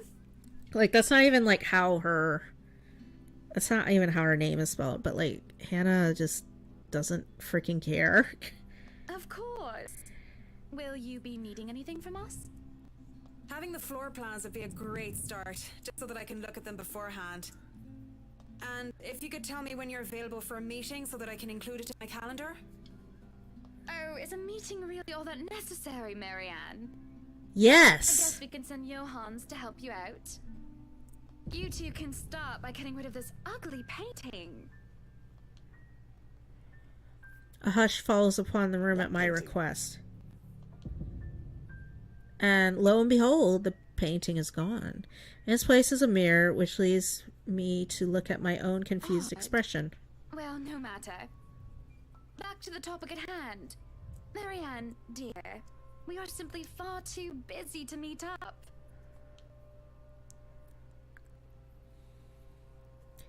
Perhaps maybe I should. Free up your schedule. Why are you like this? I guess we can free up a day to meet with you. I don't really need another Maudlin Monday reading about Maury anyway. The book club can function without me for one day. Oh my god. Like... yeah, whatever. Oh, can they? What time shall we be seeing each other? How does lunch sound?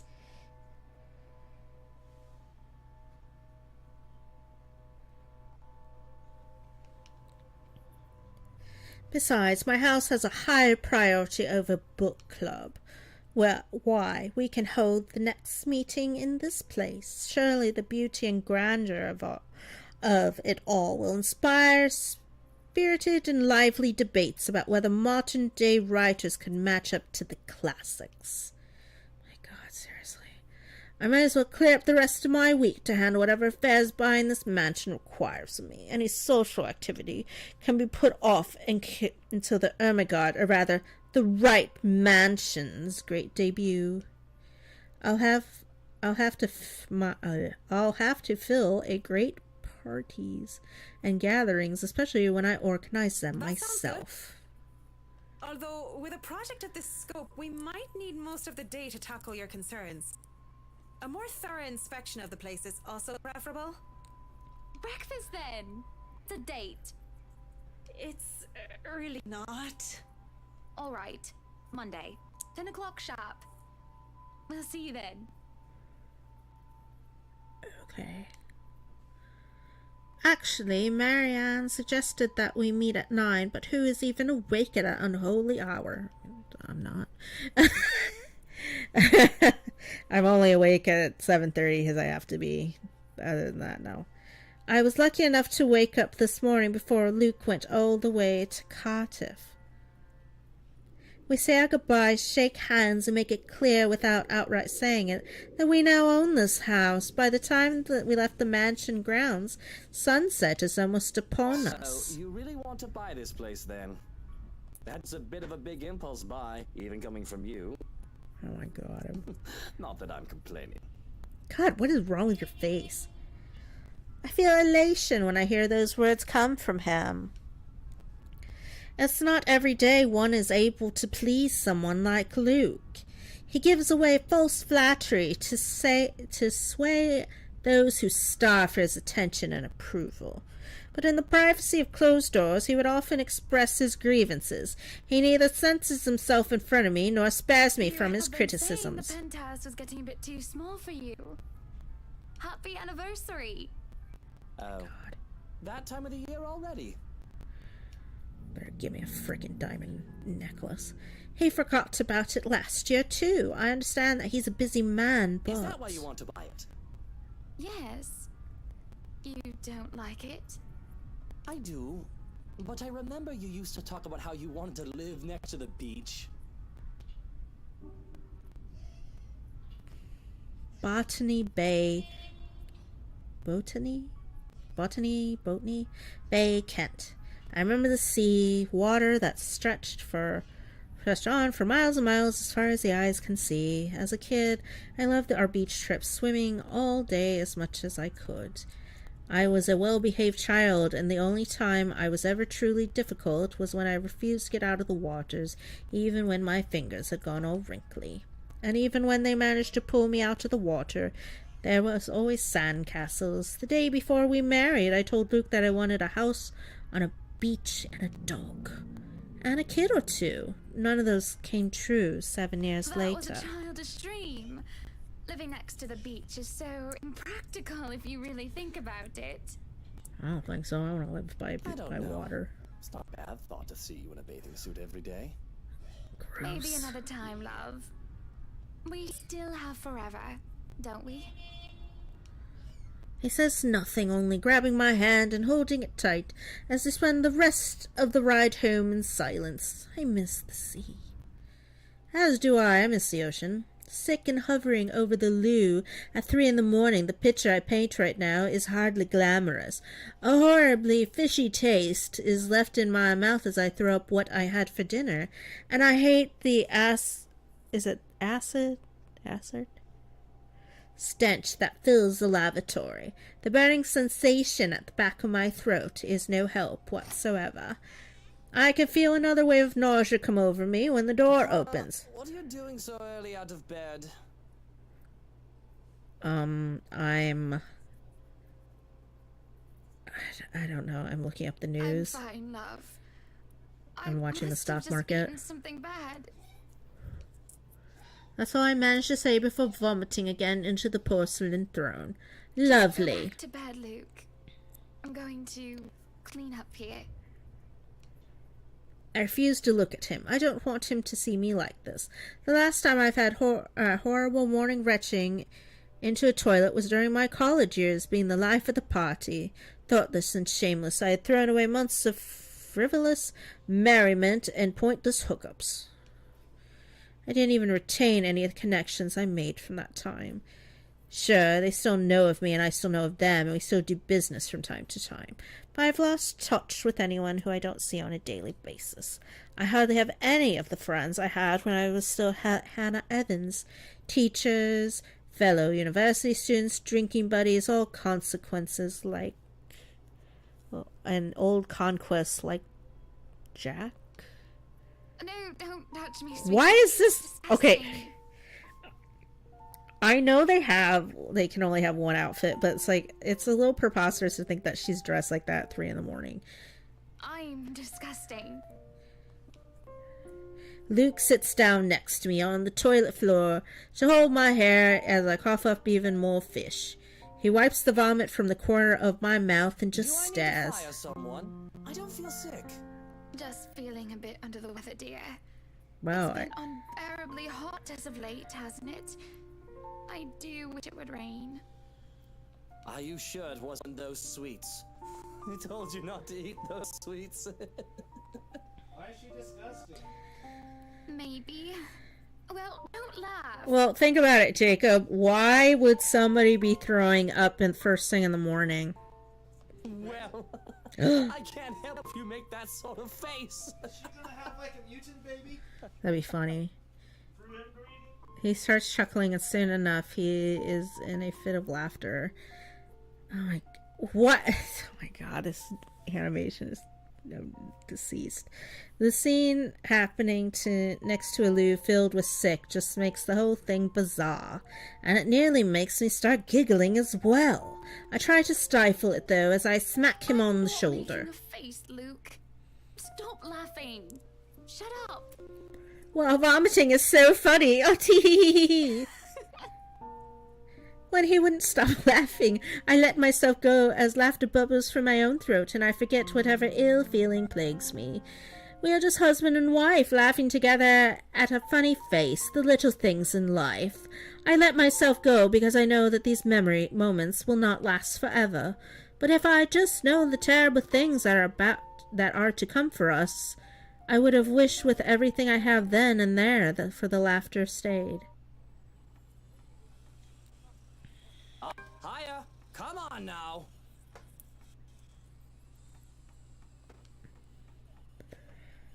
The place is bustling with movers, carrying furnishings here and there, along with several trunks of personal belongings taken from our penthouse.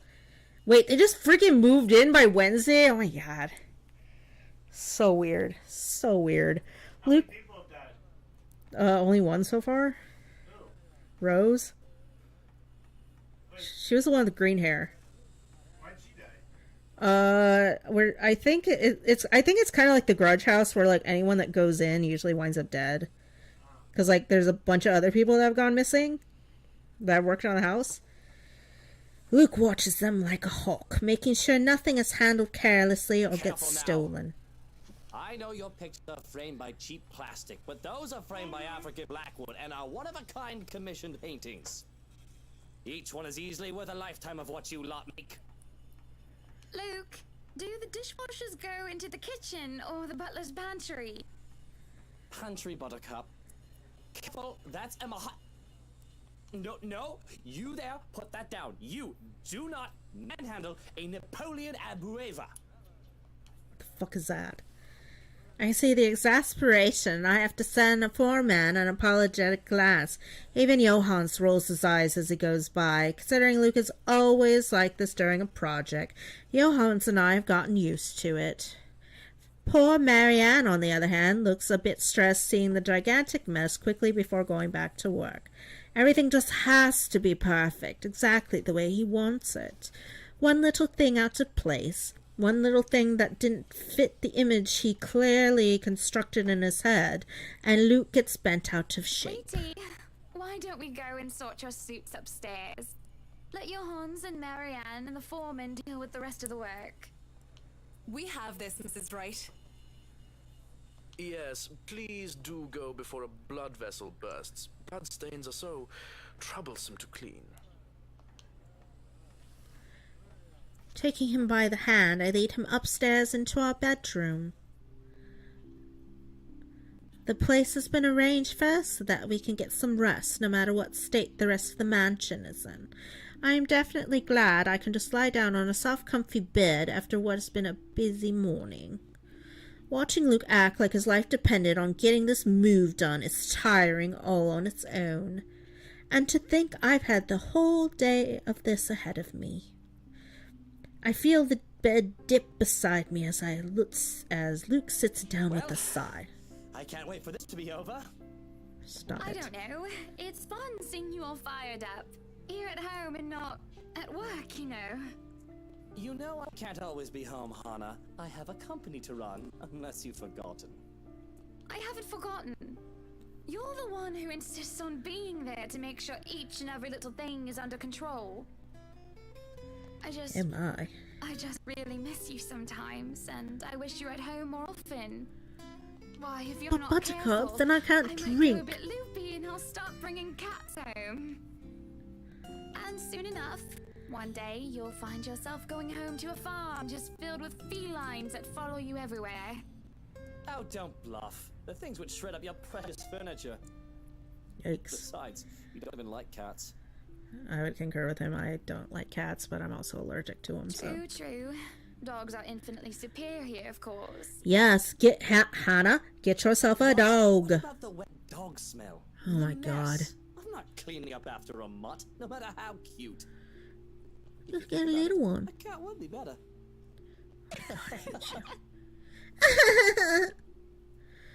It's not always that we can just lie down and talk about these sorts of things.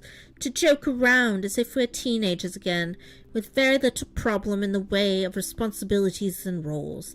To hear his genuine, honest-to-goodness laughter is a rarity. This is just the second time as of late, and I can only see it as signs of good things to come. Points. I guess we could just have kids. That is, if you prefer dealing with soiled nappies and sick as opposed to dead birds, mice, and litter boxes. I've already told Marianne about turning the second bedroom to a children's room. Oh dear. I guess sometimes I don't know when I'm crossing a line. I didn't say that I'm a good comedian, did I? Not this again. What? I wasn't being serious. It's not something you take the piss out of. Having a kid is a big responsibility, Hana. We've talked about this, haven't we? You know, I'm guessing you. I'm not ready to be a parent. I'd probably Yeah, end up killing the see. little brat by the week's end. Yeah, so here you go. You decided. What should I say? You'll be a great dad. Knows you well enough. Ah, that's funny. Don't teach them to say the gamer word. Ah, gross, it went up. The mere attention of our little goddaughter places a conflicted look on his face. Sometimes it is cute when he denies having a soft spot for the little girl, but then sometimes it's sad, and it makes me wonder what happened to make him think so poorly of himself in this regard. Well, it's Kylie. The tyke likes everybody, and on the off chance she doesn't, likes them well enough as long as they buy her sweets. And sure, that kid is great, but if I get tired of her, I can ship her back to her father at the end of the day. That is a fair point. Having kids of our own will be a whole different monster entirely. It is, they don't ever leave. I've never heard him talk about his father in anything but a business context. I recall Damien Wright, keep hearing about him from my own father even before I met Luke. The business world praised him for running a tight ship, all until one mistake led to a great loss for the enterprise. It was then that news of Luke Wright, prodigy son and successor to the old man, started to show up, and he aided in its recovery and growth up until the Great Recession. Then why are you spending money? Like, whatever. I'm getting a bit off track. Regardless, I have never heard him talk about his father like one would talk about family. I think you'll be a great father. I don't care. I think he's an ass. There is a smile, no matter how half-hearted it may be. I really do think that. He might not be a good, honest man. Oh my god, why would you admit to that? A part of me knows that, though I tried to silence it, but I know Luke well enough that he would be a better father than either Damien Wright or Henry Evans. I love my father, but he never had the time. If there's any consolation, I think you'd be a decent mother. My god. He is like the worst. On the other hand, I have never heard of his mother. A silence settles, both comfortable and uncomfortable. There's a familiarity in each other's company despite the awkwardness that has been transpired. Defenses and masked down without anyone else looking, we are both together and alone in this quiet. But a crash from downstairs startled us both out of our reverie. Luke lets out a heavy sigh before coming to his feet and straightening his jacket. Be good, darling. And watch out for your blood pressure. He gives me a kiss on the cheek before leaving while I lay there in a daze. Alone, as per usual. I really should be used to it by now. I could feel the minutes tick by with me just lying there feeling miserable and full of self-pity. I rolled over to lie on my stomach at this point with my face buried into the pillows when there's a knock at the door. Grumbling for them to go away doesn't work as a voice comes from the other side. The photographer from Luxury Living is here. Oh, hooray. Wait, is that today? Oh, yes. People have heard wind of our new mansion the very moment we left the open house. Luke had boasted he could acquire the property in no time and allowed a photo shoot for an interior design magazine to be scheduled to... How? It's not even complete. Yeah, well, there were complications and it took longer than it usually does to us. Oh my god. If you could at least make it through the end. Tell him I'll be right down, Hansi. Okay, that is kind of rude. She is really rude. The mansion grounds have been one of the first things to be fixed up, aside from the bedroom. Although it's still work in progress, it has a promising start, and I can already see the flower patches. Luke's favorite daffodil stands out easily, having been transplanted from the pots that used to litter the rooftop of our penthouse. Oh, how awful. Well, if the moving crew thought that Luke was being hard on them, they clearly didn't see the landscaper on his way out. The man looked as if he was already about to faint. Luke seemed ready to kill him by the end of the day, by the end of their discussion. Oh, hi, Zach. It is in the garden that I see him standing near the flowers in quiet admiration. He is hard to miss, the hulk of a man that clearly didn't belong, and the big backpack and suitcase he has with him makes him look much larger. It's a peculiar sight, seeing someone who looks like he does, handling little delicate things with such care. I'm gonna pretend that she's not being like, oh, you people. Yeah, whatever. I don't know. Maybe I think like years of I don't like saying this, but it's kind of true. Like microaggressions, and like it's it's kind of like when people tell you, "Oh, you're so articulate. No, you speak so well." Oh, I was told once when I was in a fancy restaurant, "Oh, you look like you belong here." It's like it's kind of awkward. I don't know. Maybe it's years of when people get passive like that, where it's like, oh, what is it? I think, who said it? I think it was George Bush. I don't remember. I have to look it up later, but it's like, it's the soft bigotry of low expectations. So, I don't know. I think just years of people making little comments like that just kind of, they get to you. But whatever, you move on. Because at the end of the day, people are people, and you're not going to really change them or their core values. You can try, but people are the way they are, and it's very difficult to get them to change. But that's just me. And don't ever mistake that for, oh, we shouldn't try to, be like, hey, maybe don't say stuff like that. It's not cool when you get down to it, but whatever. Off my little soapbox for the day. He looks up from the gardens and does a double take before a friendly face replaces his serene expression. Miss Wright, yeah? Hi, Zachary Steele here from Luxury Living, ma'am. Hope you weren't waiting too long.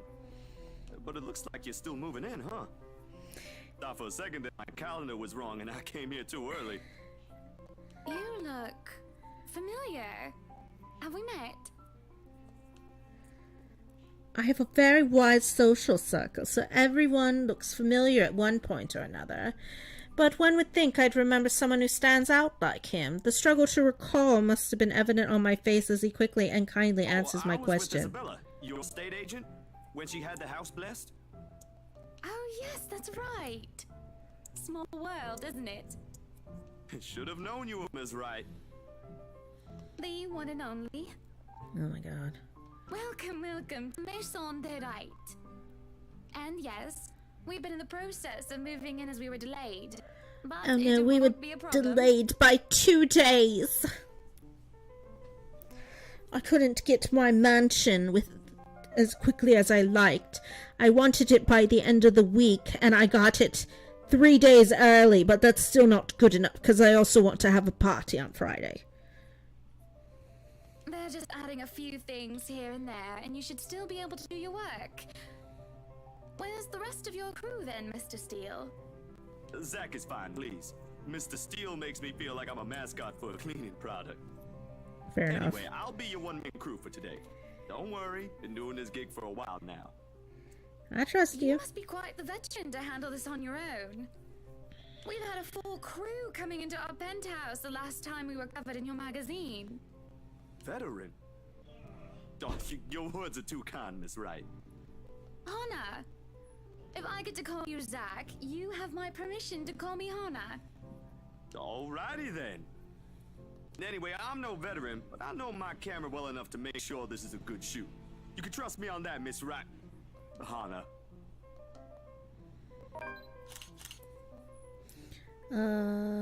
Monsieur, okay. Zachary proves quickly enough that I can, in fact, trust him. His skills with the camera and experience in this industry are, at the very least, he is kind, courteous, listening and following as I lead him around the house. A really nice fellow, and he treats our household staff well whenever we cross paths with them. I answer his questions to the best of my ability, and he's patient enough to answer mine whenever I get curious enough. Fun? Yeah. How many people have you gotten killed? Not, just the one, just Rose, it's fine. Could you have saved her? No. Oh fuck. For one, I asked what the bags are for. They're quite the magician's toolkit. From inside, he has procured several items to embellish the interior with. Bowls of fruits, lemons, trays with peppermills, stacks of cookbooks, cutting boards, glass containers filled with colorful nuts, and grains are brought in for a kitchen setting. For the bathroom, there are white towels, seashells, and decorative soaps. There are other things as well, too numerous to count, all in that large backpack and suitcase. Softens up a room, makes a place feel more homey, and fills it up with texture. But you guys probably have better stuff I can use for this. No lights? Don't tell me all of these are just props. Well, I've got my tripod here. For things like these, natural light is best. I'll just set the shutter speed to a real slow setting, and as long as nobody steps into the shot, it'll look great. Oh, it better. Luke Price. We go through the rooms one at a time, although we first tackle the ones with the movers have no business in anymore. The ballroom needs little preparation with its grand design, although there's some trouble at first with the wide open space and the pictures being backlit. It is in the kitchen that Zach's props come in handy, considering how do you pronounce his name? Johannes keeps the place so neat and sterile one can practically eat off the floor. We carry on touring the house and taking pictures where we can, with exceptions to the rooms which have yet to gain any purpose or design. Too bad I can't take a sneak peek at the photos yet. Funnily enough, he is using a traditional camera. I didn't even know film still existed. With the way he speaks, however, I can see he knows enough about his craft that I'm not worried about botched photographs. I imagine photography must be cathartic for him, judging by how at ease he looks while taking pictures. There are small snippets of conversation in between the clicking of the camera. He even goes as far as to talk about these terminologies like shutter speeds and aperture. When I ask about the technical aspects, I can't quite see the pictures as it's made, much like when I watch artists paint on their canvas. But just watching someone passionately practicing their craft such as this is exciting and on its way. Going through the many rooms has been quite the exercise for the both of us. Despite that, he's been so nice, and I find myself putting on my best smile. But it is as we're taking pictures in the foyer that everything comes to a standstill for a moment. Just a moment. And here had I not been paying attention, I wouldn't have even noticed. It is merely a split second when Zach's rhythm is put to a halt.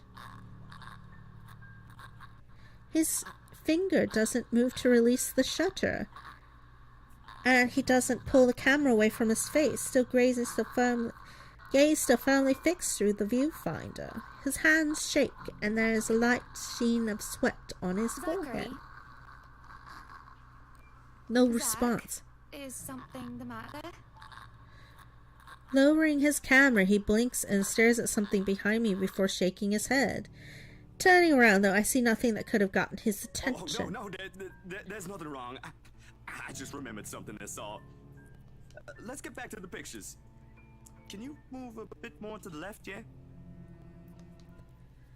I struggle to respond this time. There's a sudden weight on my back and indescribable light tightness around my throat. Everything stops, and everything starts again as I manage to choke out. I don't know what just happened. It was probably just a dizzy spell. I'm fine, and he says he's fine. We continue at the same pace as before, although there's an unspoken agreement that we will not talk about what happened. So, is this a full-time job for you then? Nah, I just freelance mostly, for magazines, newspapers, and events. So you can't really call it a full-time job. Oh.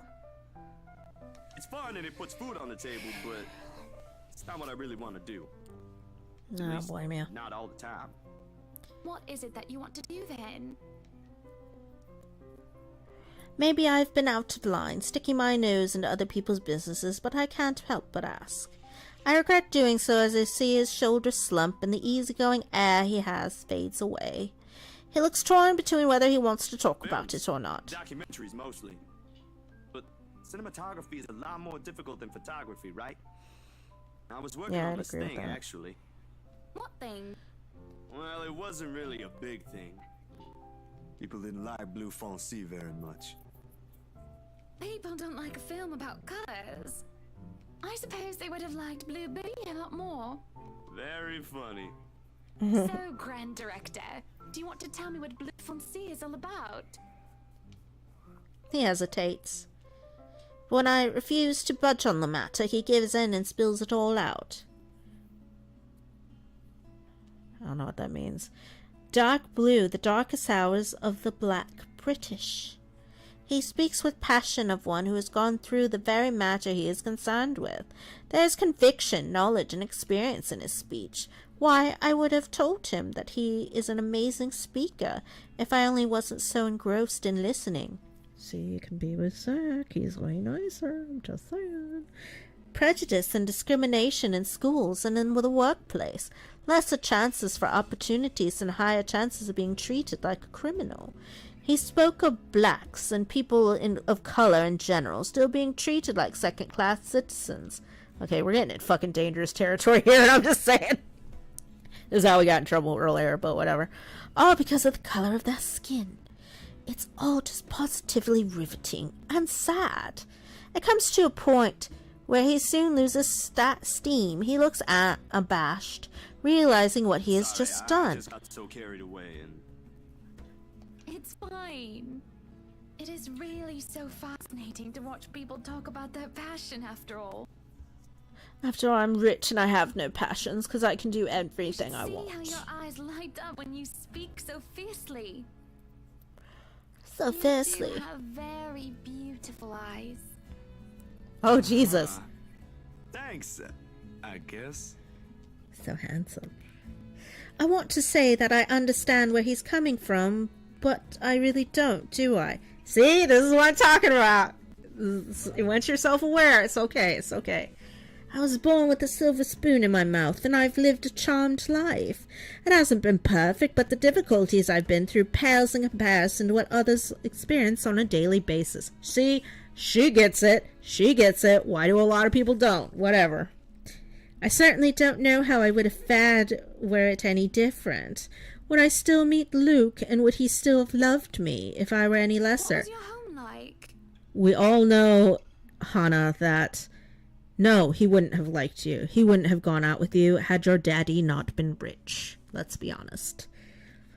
These things you talk about, it sounds like you... Well, I don't mean to pry, I mean. Live with my older sister and my grandparents. We had a shop selling all sorts of things below our flat. And well, I was one of the few non-white, non-British students in class. I didn't get pushed around or anything straight up. Even then, I was one of the biggest kids around. But a pencil or notebook would go missing, you know? No. Ah, that I knew. Children can be so cruel at times. Of course, it may be a slightly different story when you have personal guards, and the stolen item was not a pencil, but an expensive heirloom. What about you? How you liking your new house? It's pretty impressive. It's nice, I suppose. Aww. You suppose? Not big enough? What? No, oh, don't be a bully. It's just that... I understand if you don't want to talk about it.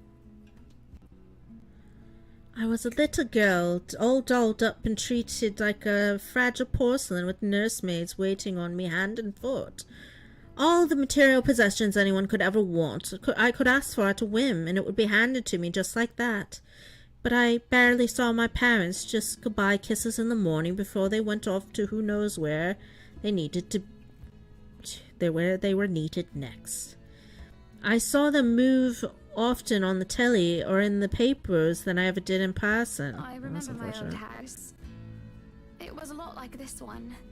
Big walls and big halls, but nobody in it. Not really. It makes Why me you think buy such a big house? how alone you are. OMG, why are you living in this giant mansion? This sounds very triggering of your generational trauma. A pensive mood overcomes us, and there's a moment when neither of us are really sure of how to go on from there. Things have gotten a bit too personal, yet it isn't wholly uncomfortable, like as if we've been friends before. That's normal, ain't it? You just moved here. You'll make home out of it yet. Fair enough. It certainly makes it easy to believe that my childhood house is indeed like this one. Just as large and extravagant, and just as empty. I hope he's right. So, Monsieur le Photographe, you've covered the one and only Ermengarde mansion. What's next on the agenda? The interview? Boring. It's an interior design and housing magazine. And they want to know what Miss Wright has to say about her interior design and house. Honor Wright thinks she bought a magnificent house that she can certainly brag about. Blah, blah. Boring. You know what they should print more of? I watched an interesting documentary the other day.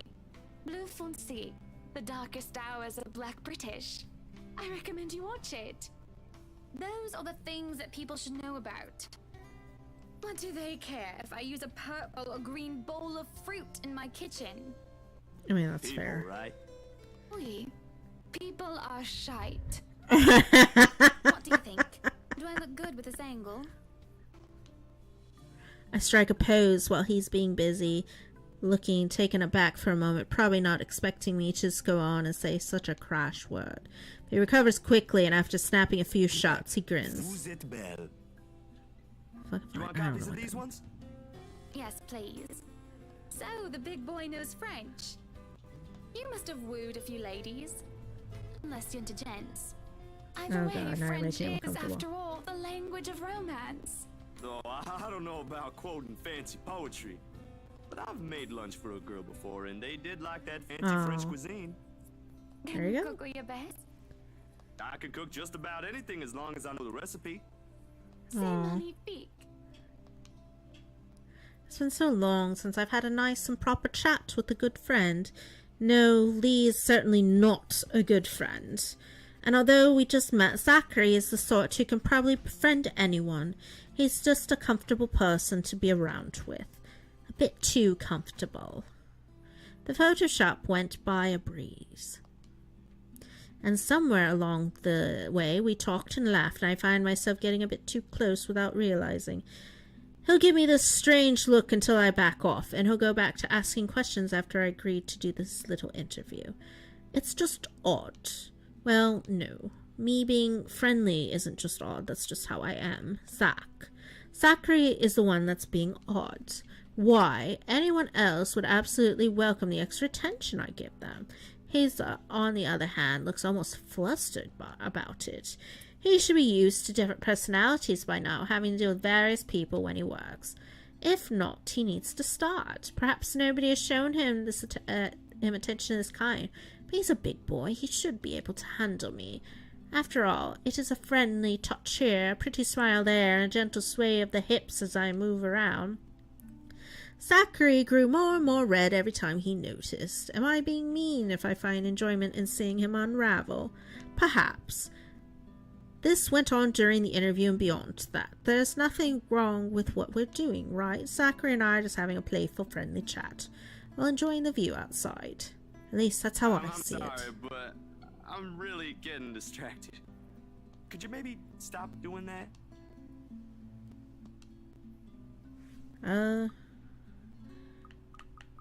Let's see, because like I do want Zachary and Hannah to be on good terms, so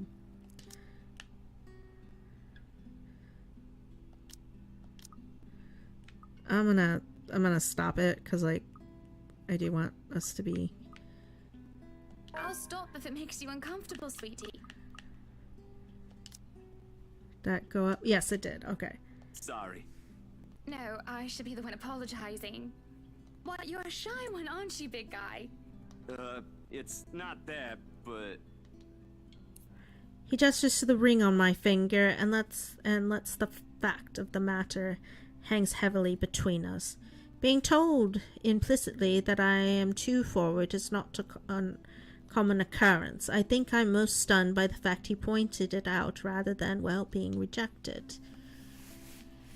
Not that anything is going to happen between us in the first place. It was just going to be some harmless flirting, so you've right? never had a girlfriend? no. Oh. No boyfriend either. You know, just in case you were gonna ask for that one next. And you haven't even had your first kiss? Not a one, ma'am. Oh, Do you Jesus. want to have your first kiss today? I can't help it. I really, really can't, and I'm going to apologize lots later.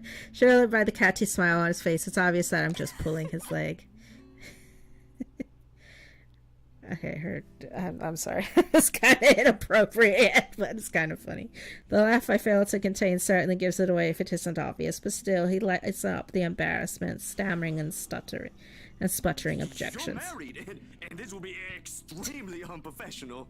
I never said I would kiss you, silly. Oh, Johans! No, what? No. Don't call your butler. She's Hannah. That would be for the better. I don't think his husband would appreciate it if I made him kiss another man. I don't think you can hear us from here either. But it is hard to think you're not taken, Zachary. Why, whoever becomes your girlfriend will be so lucky to have you. You can cook and take wonderful photographs. Wonderful meals and wonderful memories. I could play guitar too. Oh, Jesus, please don't. Oh, don't! My. Wonderful serenades as well, then. No! If he fucking pulls out his guitar, I'm Perhaps gonna get really I can upset. find a young lady who deserves a fine, strapping young gentleman like yourself. Let's not get carried away. Besides, I gotta be going. It's getting late and I got someplace else to be. A shame. I will be expecting you again soon, I hope. For a copy of my photographs, yes? Of course. I'll even deliver them personally. Just, don't try to make me kiss your butler when I drop by. As fate would have it, the very moment the words leave his mouth, Johannes comes out of the house. Judging by a slight raise of his eyebrows, he has heard the tail end of that There sentence. shall be no kissing of any butlers under this roof, Danke. But you are not under a roof, are you, Hansi? To my amusement, he takes a step, safely placing him within the threshold of the foyer and under the roof of the house. And yes, and just as ever, he is quick to return to a sardonic reply. Now. As I Fair was enough. saying, madam, it's about time for supper. Will I be needing to set an extra place at the table? What? No, I was just leaving, actually. So, you have a good night, Hannah. And you too, Hansi. It was nice to meet you, Zach, honey. You have a safe trip. He nods and grins on his face, and the grin on his face as we say our goodbyes is the sweetest that I've ever seen. I linger, looking out for him with his relatively tiny bicycle, backpack safely secured in the basket in the front and the suitcase hooked on the back. I watch as he went down the path back to Anslem village until he is nothing more than a blip in the horizon. I cannot help the small smile on my face as I go inside for supper. Okay, alright. Good lord. That's fucking insane. So yeah, no, we've got, let's see where we are with relationships in regards to people. I don't think we've had much interaction with anyone. The one with Marianne is up, the one with Zachary. I don't like that it's up with Luke, because I hate Luke so much. He's just an asshole. I hate him. Like, I don't know, he's just not a good person. I probably should change some of those things. Whatever. We'll just, another day. Whatever. Let's see.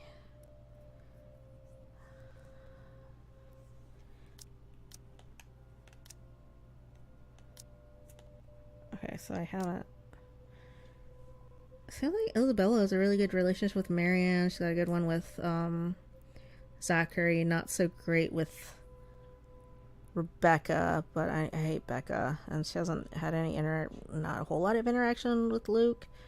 And she has a decent relationship with Ash. Because I'm trying to see. Oh yeah, no, Zach's in the next chapter, and then Marianne, and then then Becca. God, it's insufferable. And then Ash, and then Luke. So that should be interesting. Whatever. Anywho. Shameless plug time. Don't forget to like and subscribe, or else Jay will surely die. Also, remember to like and subscribe to Lady Esper. That's Hannah's channel. She plays cozy games like Stardew Valley, Harvest Moon, and also does Final Fantasy and Overwatch. And that's Lady Esper over on Twitch. And also subscribe to Zoric Games. That's our buddy David's channel. He's currently wrapping up the Great Ace Attorney Chronicles. He plays a lot of odd Japanese RPGs. So definitely go give his channel a like and subscribe. And also don't forget to check out Gamer Hubbies over on YouTube. They play Final Fantasy, RPGs, and any kind of story-driven game. So you can find all the affiliate links over on our channel page, and you can find a link to all of their YouTube channels. So definitely go give their stuff a like and subscribe. Let me see, trying to think. I don't know what tomorrow will bring. Maybe we'll go live, maybe we won't. But if I don't talk to you tomorrow, then I hope you have a great start to your weekend. And I'll probably be going live at some point in time over the weekend. So we'll go from there and see what we're going to play. Well, maybe we'll do more of this. Maybe it'll be Fatal Frame. Who knows? Who knows? But again, don't forget to like and subscribe. We very much appreciate it. I appreciate everyone who comes in to watch our streams. We really appreciate it. We're at around 1,600 hours watched. We need 4,000, so any little bit helps and is greatly appreciated. And don't forget to be safe, wash your hands, and overall be good to each other, because we could all use a little bit more kindness in the world. And just a friendly reminder to take your allergy medicine during these lovely spring pollinated times. And until we meet again, good night.